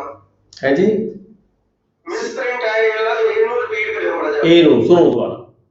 He is sentenced to imprisonment for 1 year or upwards or to any heavier sentence. ठीक है जी। He is sentenced to imprisonment for 1 year or upwards or to any heavier sentence. A. Next B आ गया जी। B च क्या है भी किसी सरकार ਦੀ ਜ਼ਮੀਨ ਹੋਵੇ ਜਾਂ ਕੁਝ ਪਾਰਟ ਉਹਦਾ ਆਪਦਾ ਵੀ ਹੋਵੇ, ਜਿਹੜਾ ਨੰਬਰਦਾਰ ਬਣਿਆ ਉਹਦੇ ਜਿਹੜੇ ਇੰਟਰਸਟ ਹੈ ਖਤਮ ਹੋ ਜਾਣ ਕਿਸੇ ਵੀ ਕਾਰਨ, ਉਹਦੀ ਜ਼ਮੀਨ ਕਿਸੇ ਹੋਰ ਕੋਲ ਚਲੀ ਜਾਵੇ, ਟ੍ਰਾਂਸਫਰ ਹੋ ਗਈ ਹੋਵੇ ਉਹਦੀ ਲੈਂਡ, ਜਾਂ ਉਹਨੇ ਸੇਲ ਕਰ ਦਿੱਤੀ ਹੋਵੇ ਜਾਂ ਮੌਰਗੇਜ ਕਰ ਦਿੱਤੀ ਹੋਵੇ ਵਿਦ ਪੋਜੈਸ਼ਨ। ਠੀਕ ਹੈ। ਉਹਦਾ ਇੰਟਰਸਟ ਖਤਮ ਹੋ ਗਿਆ ਹੋਵੇ ਤਦ ਵੀ ਉਸ ਨੂੰ ਜਿਹੜਾ ਹੈਗਾ ਡਿਸਮਿਸ ਕੀਤਾ ਜਾ ਸਕਦਾ ਹੈ। ਨੈਕਸਟ ਸੀ ਪਾਰਟ ਹੈ ਜੀ। In any other estate he ceases to be a land owner. ਉਹਦੀ ਮਾਲਕੀ ਖਤਮ ਹੋ ਗਈ ਹੋਵੇ ਕਿਤੇ ਹੋਰ ਸਟੇਟ ਦੇ ਵਿੱਚ ਜਿੱਥੇ ਸਰਕਾਰ ਦਾ ਸ਼ੇਅਰ ਜ਼ਿਆਦਾ ਨਹੀਂ ਹੁੰਦਾ, ਦੂਜੇ ਆਮ ਪਿੰਡਾਂ ਦੇ ਵਿੱਚ ਦੀ ਗੱਲ ਕਰਦਾ ਹੈ, ਆਮ ਪਿੰਡਾਂ ਦੀ ਗੱਲ ਕਰਦਾ ਹੈ, ਇੱਥੇ ਜਿਹੜਾ ਉਹਦਾ ceases to be the land owner in the estate, ਉਸ ਪਿੰਡ 'ਚ ਉਹਦੀ ਜ਼ਮੀਨ ਨਾ ਰਹੀ ਹੋਵੇ, ਮਤਲਬ ਸਾਰੀ ਦੀ ਸਾਰੀ ਜ਼ਮੀਨ ਉਹ ਟ੍ਰਾਂਸਫਰ ਕਰ ਗਿਆ ਹੋਵੇ ਕਿਸੇ ਵੀ ਤਰੀਕੇ ਦੇ ਰਾਹੀਂ, ਐਨੀਵੇ ਔਰ sub division of the state in respect of which he holds office. ਜਿਹੜੇ ਪਿੰਡ ਦਾ ਉਹ ਨੰਬਰਦਾਰ ਸੀਗਾ ਉਸ ਪਿੰਡ ਦੇ ਵਿੱਚ ਉਹਦੀ ਓਨਰਸ਼ਿਪ ਨਾ ਰਹੀ ਹੋਵੇ ਤਦ ਵੀ ਉਸ ਨੂੰ ਡਿਸਕੁਆਲੀਫਾਈ ਕੀਤਾ ਜਾ ਸਕਦਾ ਹੈ, ਡਿਸਮਿਸ ਕੀਤਾ ਜਾ ਸਕਦਾ ਹੈ। ਅੱਗੇ ਪੁਆਇੰਟ ਹੈਗਾ D. He has mortgage his holding. ਆਪਣੀ ਜਿਹੜੀ ਸਾਰੀ ਖੇਵਟ ਹੈ ਉਹ ਐਂਡ ਹਿਸ ਡਿਲੀਵਰਡ ਪੋਜੈਸ਼ਨ, ਆਪਣੀ ਸਾਰੀ ਹੋਲਡਿੰਗ ਜਿੰਨੀ ਉਹਦੀ ਹੈਗੀ ਹੈ ਪੂਰੀ ਖੇਵਟ ਉਹ ਮੌਰਟਗੇਜ ਕਰ ਚੁੱਕਿਆ ਹੋਵੇ ਵਿਦ ਪੋਜੈਸ਼ਨ, ਤੇ ਜਿਹੜਾ ਕਬਜ਼ਾ ਕਿਸੇ ਹੋਰ ਵਿਅਕਤੀ ਨੂੰ ਦੇ ਚੁੱਕਿਆ ਹੋਵੇ ਮੌਰਟਗੇਜ ਨੂੰ, ਤਾਂ ਵੀ ਉਹ ਡਿਸਮਿਸ ਕੀਤਾ ਜਾ ਸਕਦਾ ਹੈ। ਪਰ ਇੱਥੇ ਇੱਕ ਨਾਲ ਪ੍ਰੋਵੀਜ਼ਨ ਦਿੱਤੀ ਹੈ, collector may with the commissioner sanction retain him. Collector commission ਦੀ ਪ੍ਰਵਾਨਗੀ ਲੈ ਕੇ ਉਹਨੂੰ ਰੱਖ ਵੀ ਸਕਦਾ ਹੈ। ਠੀਕ ਹੈ। ਜੇ ਉਹ ਸ਼ਰਤ ਇਹ ਹੈ ਵੀ ਉਹ ਕੋਈ ਹੋਰ ਸਿਕਿਉਰਿਟੀ ਦਿੰਦਾ ਹੋਵੇ। ਕਾਹਦੀ security? If he can furnish adequate security. Adequate security ਕਾਹਦੇ ਲਈ? ਕਿਉਂਕਿ ਉਹਨੇ ਮਾਮਲਾ ਇਕੱਠਾ ਕਰਨਾ ਹੁੰਦਾ ਹੈ, ਜ਼ਮੀਨ ਉਹਦੀ ਰਹੀ ਨਹੀਂ, ਇਸ ਕਰਕੇ ਉਹਨੂੰ ਨੰਬਰਦਾਰ ਬਣਾਇਆ ਸੀਗਾ। ਉਹ ਕੋਈ ਹੋਰ ਸਿਕਿਉਰਿਟੀ ਦਿੰਦਾ ਹੋਵੇ ਤਾਂ ਜਿਹੜਾ ਕਲੈਕਟਰ ਹੈਗਾ, ਕਲੈਕਟਰ ਕਮਿਸ਼ਨ ਦੀ ਪ੍ਰਵਾਨਗੀ ਲੈ ਕੇ ਉਸ ਨੂੰ ਰੱਖ ਵੀ ਸਕਦਾ ਹੈ ਐਜ਼ ਨੰਬਰਦਾਰ ਤੇ ਉਸ ਨੂੰ ਡਿਸਮਿਸ ਵੀ ਕਰ ਸਕਦਾ ਹੈ, ਤੇ ਉਹਦੀ ਡਿਸਕ੍ਰਿਸ਼ਨ ਤੇ ਆ ਜਾਂਦਾ ਕਲੈਕਟਰ ਦੀ। ਤੇ ਦੈਨ ਈ ਪੁਆਇੰਟ ਹੈ ਜੀ। His holding has been transferred under section 71। ਹੁਣ ਦੇਖੋ ਪਿੱਛੇ ਝਾਤ ਮਾਰੋ, 71 'ਚ ਅਸੀਂ ਕੀ ਪੜ੍ਹਿਆ ਸੀਗਾ?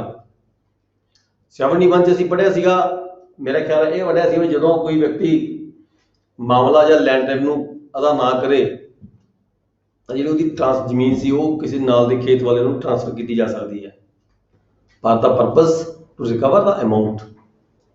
ਇਹ ਜਿਹੜਾ ਉਹਦੇ ਵੱਲ ਬਕਾਇਆ ਹੈਗਾ, ਕਿਸੇ ਮਾਲਕ ਵੱਲ ਕੋਈ ਬਕਾਇਆ ਹੈਗਾ, ਤਾਂ ਇੱਥੇ ਨੰਬਰਦਾਰ ਦੀ ਗੱਲ ਕਰਦਾ ਹੈ ਵੀ ਜੇ ਨੰਬਰਦਾਰ ਦੀ ਆਪਣੀ ਹੀ ਲੈਂਡ ਜਾਂ ਤਾਂ ਉਹਦੇ ਵੱਲ ਮਾਮਲਾ ਡਿਊ ਹੋ ਗਿਆ, ਉਹਨੇ ਜਾਂ ਮਾਮਲਾ ਇਕੱਠਾ ਕਰਕੇ ਭਰਿਆ ਨਹੀਂ ਹੈਗਾ, ਠੀਕ ਹੈ, ਉਹਦੀ ਆਪਣੀ ਮਾਲਕੀ, ਉਹਦੀ ਆਪਣੀ ਲੈਂਡ ਅੰਡਰ ਸੈਕਸ਼ਨ 71 ਕਿਸੇ ਨਾਲ ਦੇ ਹੋਰ ਗੁਆਂਢੀ ਨੂੰ, ਕਿਸੇ ਹੋਰ ਖੇਤ ਮਾਲਕ ਨੂੰ ਸਰਕਾਰ ਵੱਲੋਂ ਦੇ ਦਿੱਤੀ ਗਈ ਹੋਵੇ, ਵੀ ਤੁਸੀਂ ਇਹ ਤੇ ਫਸਲ ਤੁਸੀਂ ਕਰੋ ਤੇ ਮਾਮਲਾ ਇਕੱਠਾ ਕਰਕੇ ਤੁਸੀਂ ਸਰਕਾਰ ਦਾ ਖਾਤਾ ਪੂਰਾ ਕਰੋ, ਇਹਦੀ ਜਿਹੜੀ ਰਿਕਵਰੀ ਹੈ ਉਹ ਤੁਸੀਂ ਦਿਓ।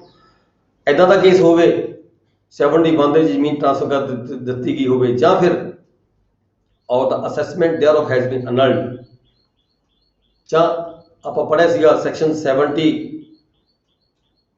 ਦੇ ਵਿੱਚ 73 ਚ ਕੀ ਸੀਗਾ, ਜਦੋਂ ਕੋਈ ਬੰਦਾ ਮਾਮਲਾ ਅਦਾ ਨਹੀਂ ਕਰਦਾ ਤਾਂ ਜਦੋਂ ਸਾਰੇ ਤਰੀਕੇ ਅਪਣਾ ਲਏ ਜਾਂਦੇ ਨੇ, ਵੱਖਰੇ ਵੱਖਰੇ ਸੈਕਸ਼ਨ 69, ਸੈਕਸ਼ਨ 70 ਅਟੈਚਮੈਂਟ, 72 ਦੇ ਵਿੱਚ ਅਟੈਚਮੈਂਟ, ਠੀਕ ਹੈ, ਤੇ ਆਕਸ਼ਨ ਦਾ ਤਰੀਕਾ ਵੀ ਅਪਣਾ ਲਿਆ ਜਾਂਦਾ ਹੈ, ਸਾਰੇ ਤਰੀਕੇ ਅਪਣਾ ਲਏ ਜਾਂਦੇ ਪਰ ਰਿਕਵਰੀ ਨਹੀਂ ਹੁੰਦੀ, ਤਾਂ ਅਸੀਂ ਲਾਸਟ ਜਿਹੜਾ ਹਥਿਆਰ ਹੈਗਾ ਅਨਲਮੈਂਟ ਦਾ, ਅਨਲਮੈਂਟ ਆਫ ਅਸੈਸਮੈਂਟ, ਤਾਂ ਜਿਹੜੀ ਉਹਦੀ ਅਸੈਸਮੈਂਟ ਹੈ ਉਹ ਅਨਲ ਕਰ ਦਿੱਤੀ ਜਾਂਦੀ ਹੈ ਗਵਰਨਮੈਂਟ ਵੱਲੋਂ।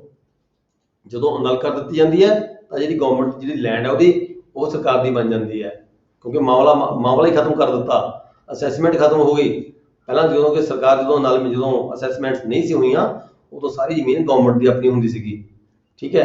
ਜਦੋਂ 73 ਦੇ ਵਿੱਚ ਜਦੋਂ ਉਹਦੀ ਅਸੈਸਮੈਂਟ ਜਿਹੜੀ ਅਨਲ ਹੋ ਜਾਵੇ ਉਸ ਨੰਬਰਦਾਰ ਦੀ, ਤਾਂ ਵੀ ਉਸ ਦੀ ਜਿਹੜੀ ਹੈਗੀ ਹੈ ਡਿਸਮਿਸਲ ਕੀਤੀ ਜਾ ਸਕਦੀ ਹੈ। ਨੈਕਸਟ ਆ ਗਿਆ ਸਬ rule 2, a headman may be dismissed when criminal proceedings which have been taken against him show that he is unfit to be entrusted any longer। ਵੀ ਉਹ ਲੰਮੇ ਸਮੇਂ ਤੱਕ ਸਰਕਾਰ ਦੀ ਡਿਊਟੀ ਹੈ, ਨੰਬਰਦਾਰੀ ਦੀ ਡਿਊਟੀ ਹੈ, ਉਹ ਨਹੀਂ ਨਿਭਾ ਸਕਦਾ, ਉਹਦੇ ਖਿਲਾਫ ਕੋਈ ਕ੍ਰਿਮੀਨਲ ਦਾਅਵਾ ਚੱਲ ਰਿਹਾ ਹੋਵੇ, ਠੀਕ ਹੈ।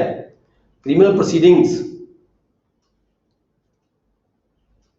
which have been taken against him show, ਇਹ ਸਾਬਤ ਹੁੰਦਾ ਹੋਵੇ ਰੈਵਨਿਊ ਆਫੀਸਰ ਨੂੰ, ਕਲੈਕਟਰ ਨੂੰ, that he is unfit to entrusted any longer, ਵੀ ਲੰਮੇ ਸਮੇਂ ਤੱਕ with the duties of his office, ਵੀ ਨੰਬਰਦਾਰੀ ਦੀਆਂ ਜਿਹੜੀਆਂ ਡਿਊਟੀਆਂ ਨੇ ਇਹ ਲੰਮੇ ਸਮੇਂ ਤੱਕ ਅੱਗੇ ਤੱਕ ਹੁਣ ਨਿਭਾਉਣ ਦੇ ਯੋਗ ਨਹੀਂ ਰਿਹਾ ਹੈਗਾ, ਇਹਦੇ ਖਿਲਾਫ ਜਿਹੜਾ ਕ੍ਰਿਮੀਨਲ ਦਾਅਵਾ ਚੱਲ ਰਿਹਾ ਹੈ, ਇਸ ਕਰਕੇ ਵੀ ਉਹਨੂੰ ਡਿਸਮਿਸ ਕੀਤਾ ਜਾ ਸਕਦਾ ਹੈ। ਫਿਰ ਕੀ ਹੈ B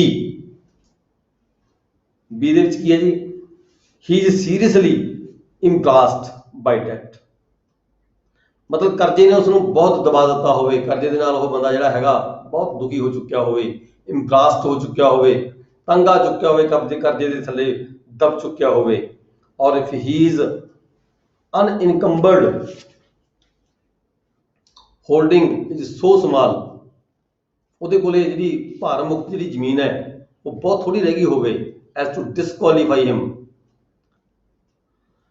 in the collector's opinion, ਵੀ ਕਲੈਕਟਰ ਚਾਹੇ ਉਹਦੇ ਕਲੈਕਟਰ ਦੀ ਓਪੀਨੀਅਨ ਇਹ ਹੋਵੇ ਵੀ ਹੁਣ ਇਹ ਨੰਬਰਦਾਰੀ ਕਰਨ ਦੇ ਯੋਗ ਨਹੀਂ ਹੈਗਾ, ਇਹਦੇ ਸਾਰੀ ਜਿਹੜੀ ਲੈਂਡ ਹੈਗੀ ਹੈ ਕਰਜ਼ੇ 'ਚ ਦਬ ਚੁੱਕੀ ਹੈ, ਤੇ ਇਹਦੇ ਕੋਲੇ ਜਿਹੜੀ ਕਰਜ਼ਾ ਮੁਕਤ ਜਿਹੜੀ ਜ਼ਮੀਨ ਆ ਬਹੁਤ ਥੋੜੀ ਰਹਿ ਚੁੱਕੀ ਹੈ, ਤੇ ਜਿਹੜੀ ਇਹਦੀਆਂ ਰਿਸਪੌਂਸਿਬਿਲਿਟੀ ਜ਼ਿਆਦਾ ਵੱਧ ਚੁੱਕੀਆਂ ਨੇ, ਤੇ ਕਲੈਕਟਰ ਦੀ ਜਿਹੜਾ ਓਪੀਨੀਅਨ ਹੋਵੇ ਵੀ ਇਹ ਜਿਹੜੀ ਆਪਣੀ ਰਿਸਪੌਂਸਿਬਿਲਿਟੀ ਜਿਹੜੀ ਹੈਗੀ ਆ ਹੁਣ ਸਹੀ ਤਰੀਕੇ ਨਾਲ ਨਹੀਂ ਨਿਭਾ ਸਕਦਾ, ਤਾਂ ਜਿਹੜਾ ਕਲੈਕਟਰ ਵੱਲੋਂ ਇਸ ਨੂੰ ਡਿਸਮਿਸ ਕੀਤਾ ਜਾ ਸਕਦਾ ਹੈ। ਫਿਰ ਕੀ ਹੈ ਜੀ ਸੀ ਦੇ ਵਿੱਚ ਕੀ ਹੈ, ਓਇੰਗ ਟੂ ਏਜ। ਦੇਖੋ ਇੱਥੇ ਦੋ ਪੁਆਇੰਟ ਨੇ, ਉਹ ਤੁਸੀਂ ਕਹੋਗੇ ਵੀ ਇਹ 16 ਦੇ 1 ਚ ਕੀ ਹੈ ਤੇ 16 ਦੇ 2 ਚ ਕੀ ਹੈ, ਠੀਕ ਹੈ। 16 ਦੇ 1 ਦੇ 16 ਦੇ 2 ਚ ਕੀ ਹੈ, ਇੱਥੇ ਵੀ ਕ੍ਰਿਮੀਨਲ ਦੀ ਗੱਲ ਕੀਤੀ ਗਈ ਹੈ, ਉੱਪਰ ਵੀ ਕ੍ਰਿਮੀਨਲ ਦੀ ਗੱਲ ਕੀਤੀ ਗਈ ਹੈ। ਮੁਕੱਦਮੇ ਉੱਪਰ ਤਾਂ ਗੱਲ ਕਰਤੀ ਸੀਗੀ ਇਹਨੇ ਵੀ ਉਹਨੂੰ ਸਜ਼ਾ ਹੋ ਚੁੱਕੀ ਹੋਵੇ, ਏ ਪਾਰਟ ਦੇ ਵਿੱਚ 16 ਦਾ 1 ਦਾ ਏ ਪਾਰਟ ਚ ਹੈਗਾ ਸਜ਼ਾ ਹੋ ਚੁੱਕੀ ਹੋਵੇ। ਇੱਥੇ ਆਪਾਂ 16 ਜਿਹੜਾ 2 ਪਾਰਟ ਹੈ, 2 ਦਾ ਏ ਪਾਰਟ ਨੇ, ਕ੍ਰਿਮੀਨਲ ਪ੍ਰੋਸੀਡਿੰਗ ਚੱਲ ਰਹੀਆਂ ਹੁਣ। ਦੇਖੋ ਇਹ 'ਚ ਦੋਨਾਂ ਦਾ ਫਰਕ ਹੈਗਾ, ਦੋਹਾਂ 'ਚ ਕੀ ਹੈ, 1 ਔਰ 2 ਦੇ ਵਿੱਚ ਡਿਫਰੈਂਸ ਕੀ ਹੈ। ਜਦੋਂ ਤੁਸੀਂ 1 ਨੂੰ ਪੜ੍ਹੋਗੇ, 16 ਦੇ 1 ਨੂੰ ਪੜ੍ਹੋਗੇ ਤਾਂ ਇੱਥੇ ਲਿਖਿਆ ਹੋਇਆ ਆ ਹੈਡਮੈਨ ਸ਼ੈਲ ਬੀ ਡਿਸਮਿਸਡ, ਠੀਕ ਹੈ। 16 ਦੇ 2 ਨੂੰ ਪੜ੍ਹੋਗੇ a headman may be dismissed. That is lot of difference between ਦੋਨੋਂ ਜਿਹੜੀਆਂ ਹੈਗੀਆਂ ਨੇ ਸਬ ਰੂਲ ਦੇ ਵਿੱਚ ਬਹੁਤ ਜ਼ਿਆਦਾ ਡਿਫਰੈਂਸ ਹੈਗਾ। ਜਿੱਥੇ ਸ਼ੈਲ ਵੀ ਡਿਸਮਿਸਡ ਆ ਜਾਂਦਾ ਹੈ, ਇੱਥੇ ਤਾਂ ਪੱਕੇ ਤੌਰ ਤੇ ਡਿਸਮਿਸ ਕੀਤਾ ਜਾ ਸਕਦਾ ਉਸਨੂੰ, ਸ਼ੈਲ ਵੀ। ਜਿੱਥੇ ਮੇ ਵੀ ਡਿਸਮਿਸ ਆ ਜਾਂਦਾ ਹੈ, ਉੱਥੇ ਮਰਜ਼ੀ ਆ ਜਾਂਦੀ ਹੈ, ਡਿਸਕ੍ਰਿਸ਼ਨ ਆ ਜਾਂਦੀ ਹੈ ਅਪਾਇੰਟਿੰਗ ਅਥਾਰਟੀ ਦੀ, ਵੀ ਉਹਨੂੰ ਡਿਸਮਿਸ ਕਰੇ ਚਾਹੇ ਨਾ ਕਰੇ। ਜਿੱਥੇ ਸ਼ੈਲ ਆ ਗਿਆ ਉੱਥੇ ਕਰੇਗੀ, ਜਿੱਥੇ ਮੇ ਆ ਗਿਆ ਉੱਥੇ ਜਿਹੜਾ ਮਾਮਲਾ ਹੈਗਾ ਉਹ ਅੰਡਰ ਕੰਸੀਡਰੇਸ਼ਨ ਹੈ, ਕੀਤਾ ਜਾ ਸਕਦਾ ਹੈ, ਨਹੀਂ ਵੀ ਕੀਤਾ ਜਾ ਸਕਦਾ। ਦੈਨ ਅਸੀਂ ਪੜਾਂਗੇ ਅੱਗੇ ਕਲੌਜ਼ ਸੀ, ਸਬ ਰੂਲ 2 ਦੀ ਕਲੌਜ਼ ਸੀ। ਇੱਥੇ ਕੀ ਹੈ ਜੀ, ਓਇੰਗ ਟੂ ਏਜ। उम्र के कारण, और फिजिकल और मैंटल इनकैपेसिटी, फिजिकल तौर पर या दिमागी तौर पर कोई व्यक्ति कमजोर हो चुका हो, नंबरदार कमजोर हो चुका हो, उम्र ज़्यादा हो चुकी हो, फिजिकल फिटनेस ना रहे, आन जान जोग ना रहे, कितने मंजे ते बह जाए, ठीक है, मैंटली तौर पर अपसैट हो गया हो,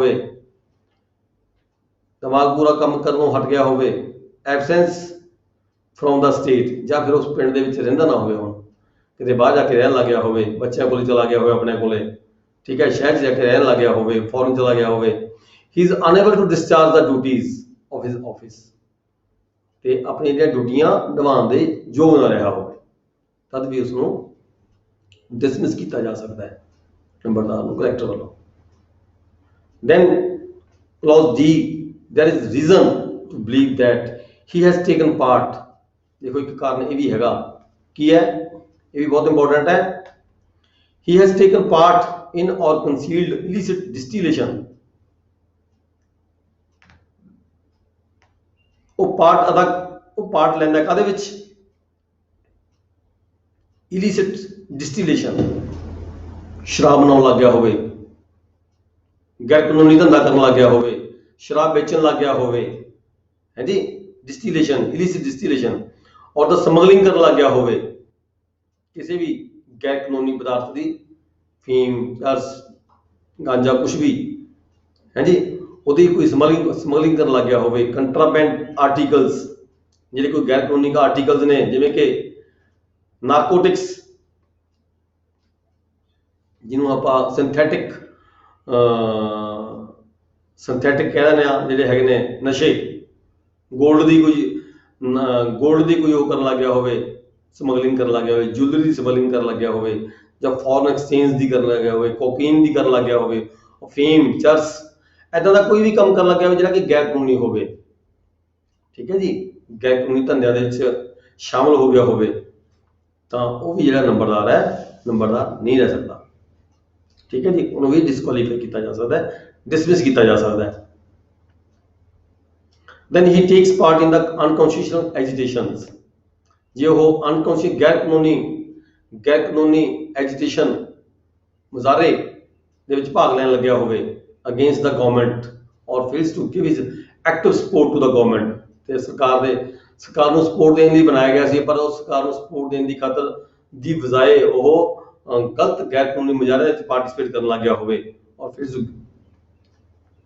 ਇਨ the maintenance of law and order, ਸਰਕਾਰ ਨੇ ਲਾਅ ਐਂਡ ਆਰਡਰ ਨੂੰ ਮੇਨਟੇਨ ਕਰਕੇ ਰੱਖਣਾ ਹੁੰਦਾ ਹੈ, ਉਹਦੇ ਵਿੱਚ ਸਰਕਾਰ ਨੂੰ ਲੋੜ ਹੁੰਦੀ ਹੈ ਆਪਣੇ ਜਿਹੜੀ ਇਹ ਏਜੰਸੀਆਂ ਹੁੰਦੀਆਂ ਨੇ ਨੰਬਰਦਾਰ ਗੈਰ ਪਟਵਾਰੀ, ਠੀਕ ਹੈ, ਪਰ ਉਹ ਉਲਟਾ ਸਰਕਾਰ ਦੇ ਖਿਲਾਫ ਹੀ ਮੁਜ਼ਾਹਰੇ ਕਰਨ ਲੱਗ ਗਿਆ ਹੋਵੇ ਗੈਰ ਕਾਨੂੰਨੀ ਤੌਰ ਤੇ, ਤਦ ਵੀ ਉਹਨੂੰ ਡਿਸਮਿਸ ਕੀਤਾ ਜਾ ਸਕਦਾ ਹੈ। ਹੀ ਨੈਗਲੈਕਟਸ ਦਾ ਡਿਸਚਾਰਜ ਹਿਸ ਡਿਊਟੀਜ਼, ਉਹ ਆਪਣੇ ਜਿਹੜੇ ਡਿਊਟੀਜ਼ ਨੇ ਉਹਨੂੰ ਕਰਨ ਤੋਂ ਨੈਗਲੈਕਟ ਕਰਦਾ ਹੋਵੇ, ਧਿਆਨ ਨਾ ਦਿੰਦਾ ਹੋਵੇ ਬਿਲਕੁਲ ਵੀ, or is otherwise shown to be incompetent, ਜਾਂ ਫਿਰ ਆਪਾਂ ਨੂੰ ਲੱਗਦਾ ਹੋਵੇ ਵੀ ਇਹਦਾ ਇਨਕੰਪੀਟੈਂਟ ਹੈ, ਹੁਣ ਨਹੀਂ ਇਹ ਕਰ ਸਕਦਾ ਕੁਛ ਵੀ, ਠੀਕ ਹੈ।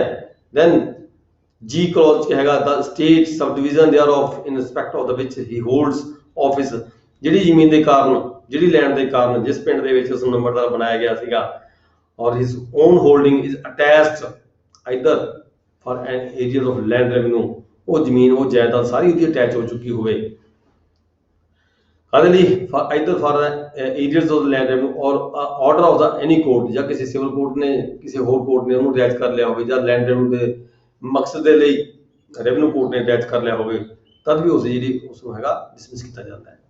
ਜਿਹੜਾ ਅੱਜ ਦਾ ਜਿਹੜਾ ਲੈਂਡ ਰੈਵਨਿਊ ਰੂਲਸ ਦਾ ਜਿਹੜਾ ਲੈਕਚਰ ਹੈ ਜੀ, ਇੱਥੇ ਆਪਾਂ ਖਤਮ ਕਰਨ ਲੱਗਿਆ।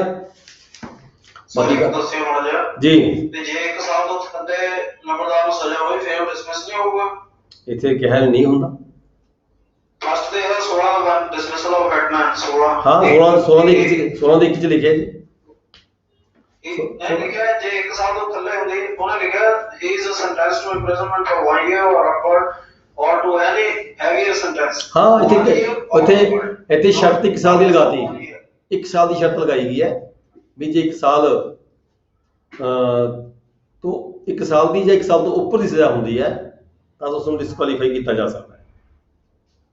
ਬਾਕੀ ਸਾਰੀਆਂ ਗੱਲਾਂ ਡਿਸਕਸ਼ਨ ਤੇ ਆ ਜਾਂਦੀਆਂ ਨੇ, ਹੈ ਉਹਦੀ ਕਲੈਕਟਰ ਦੀ ਡਿਸਕਸ਼ਨ ਤੇ ਆ ਜਾਂਦੀਆਂ ਨੇ, ਜਿਵੇਂ ਜਿਹੜਾ ਪਾਰਟ 2 ਹੈਗਾ 16 ਦਾ, ਇੱਕ ਪਾਰਟ ਦਾ ਇਹ ਕਹਿੰਦਾ ਹੈ 16 ਦਾ ਜਿਹੜਾ 2 ਪਾਰਟ ਹੈ, ਸਬ ਰੂਲ 2 ਹੈਗਾ, ਉਹਦੇ ਉਹ ਡਿਸਕ੍ਰਿਸ਼ਨਰੀ ਪਾਵਰਸ ਆ ਜਾਂਦੀਆਂ ਕਲੈਕਟਰ ਦੀਆਂ। ਉਹਦੇ ਵਿੱਚ ਸਜ਼ਾ ਦੀ ਗੱਲ ਤੋਂ ਇਲਾਵਾ ਉਹਦੇ ਤੇ ਜਿਹੜੀ ਕੇਸ ਪੈਂਡਿੰਗ ਪਏ ਨੇ ਤਦ ਵੀ ਉਸ ਨੂੰ ਡਿਸਮਿਸ ਕੀਤਾ ਜਾ ਸਕਦਾ ਹੈ।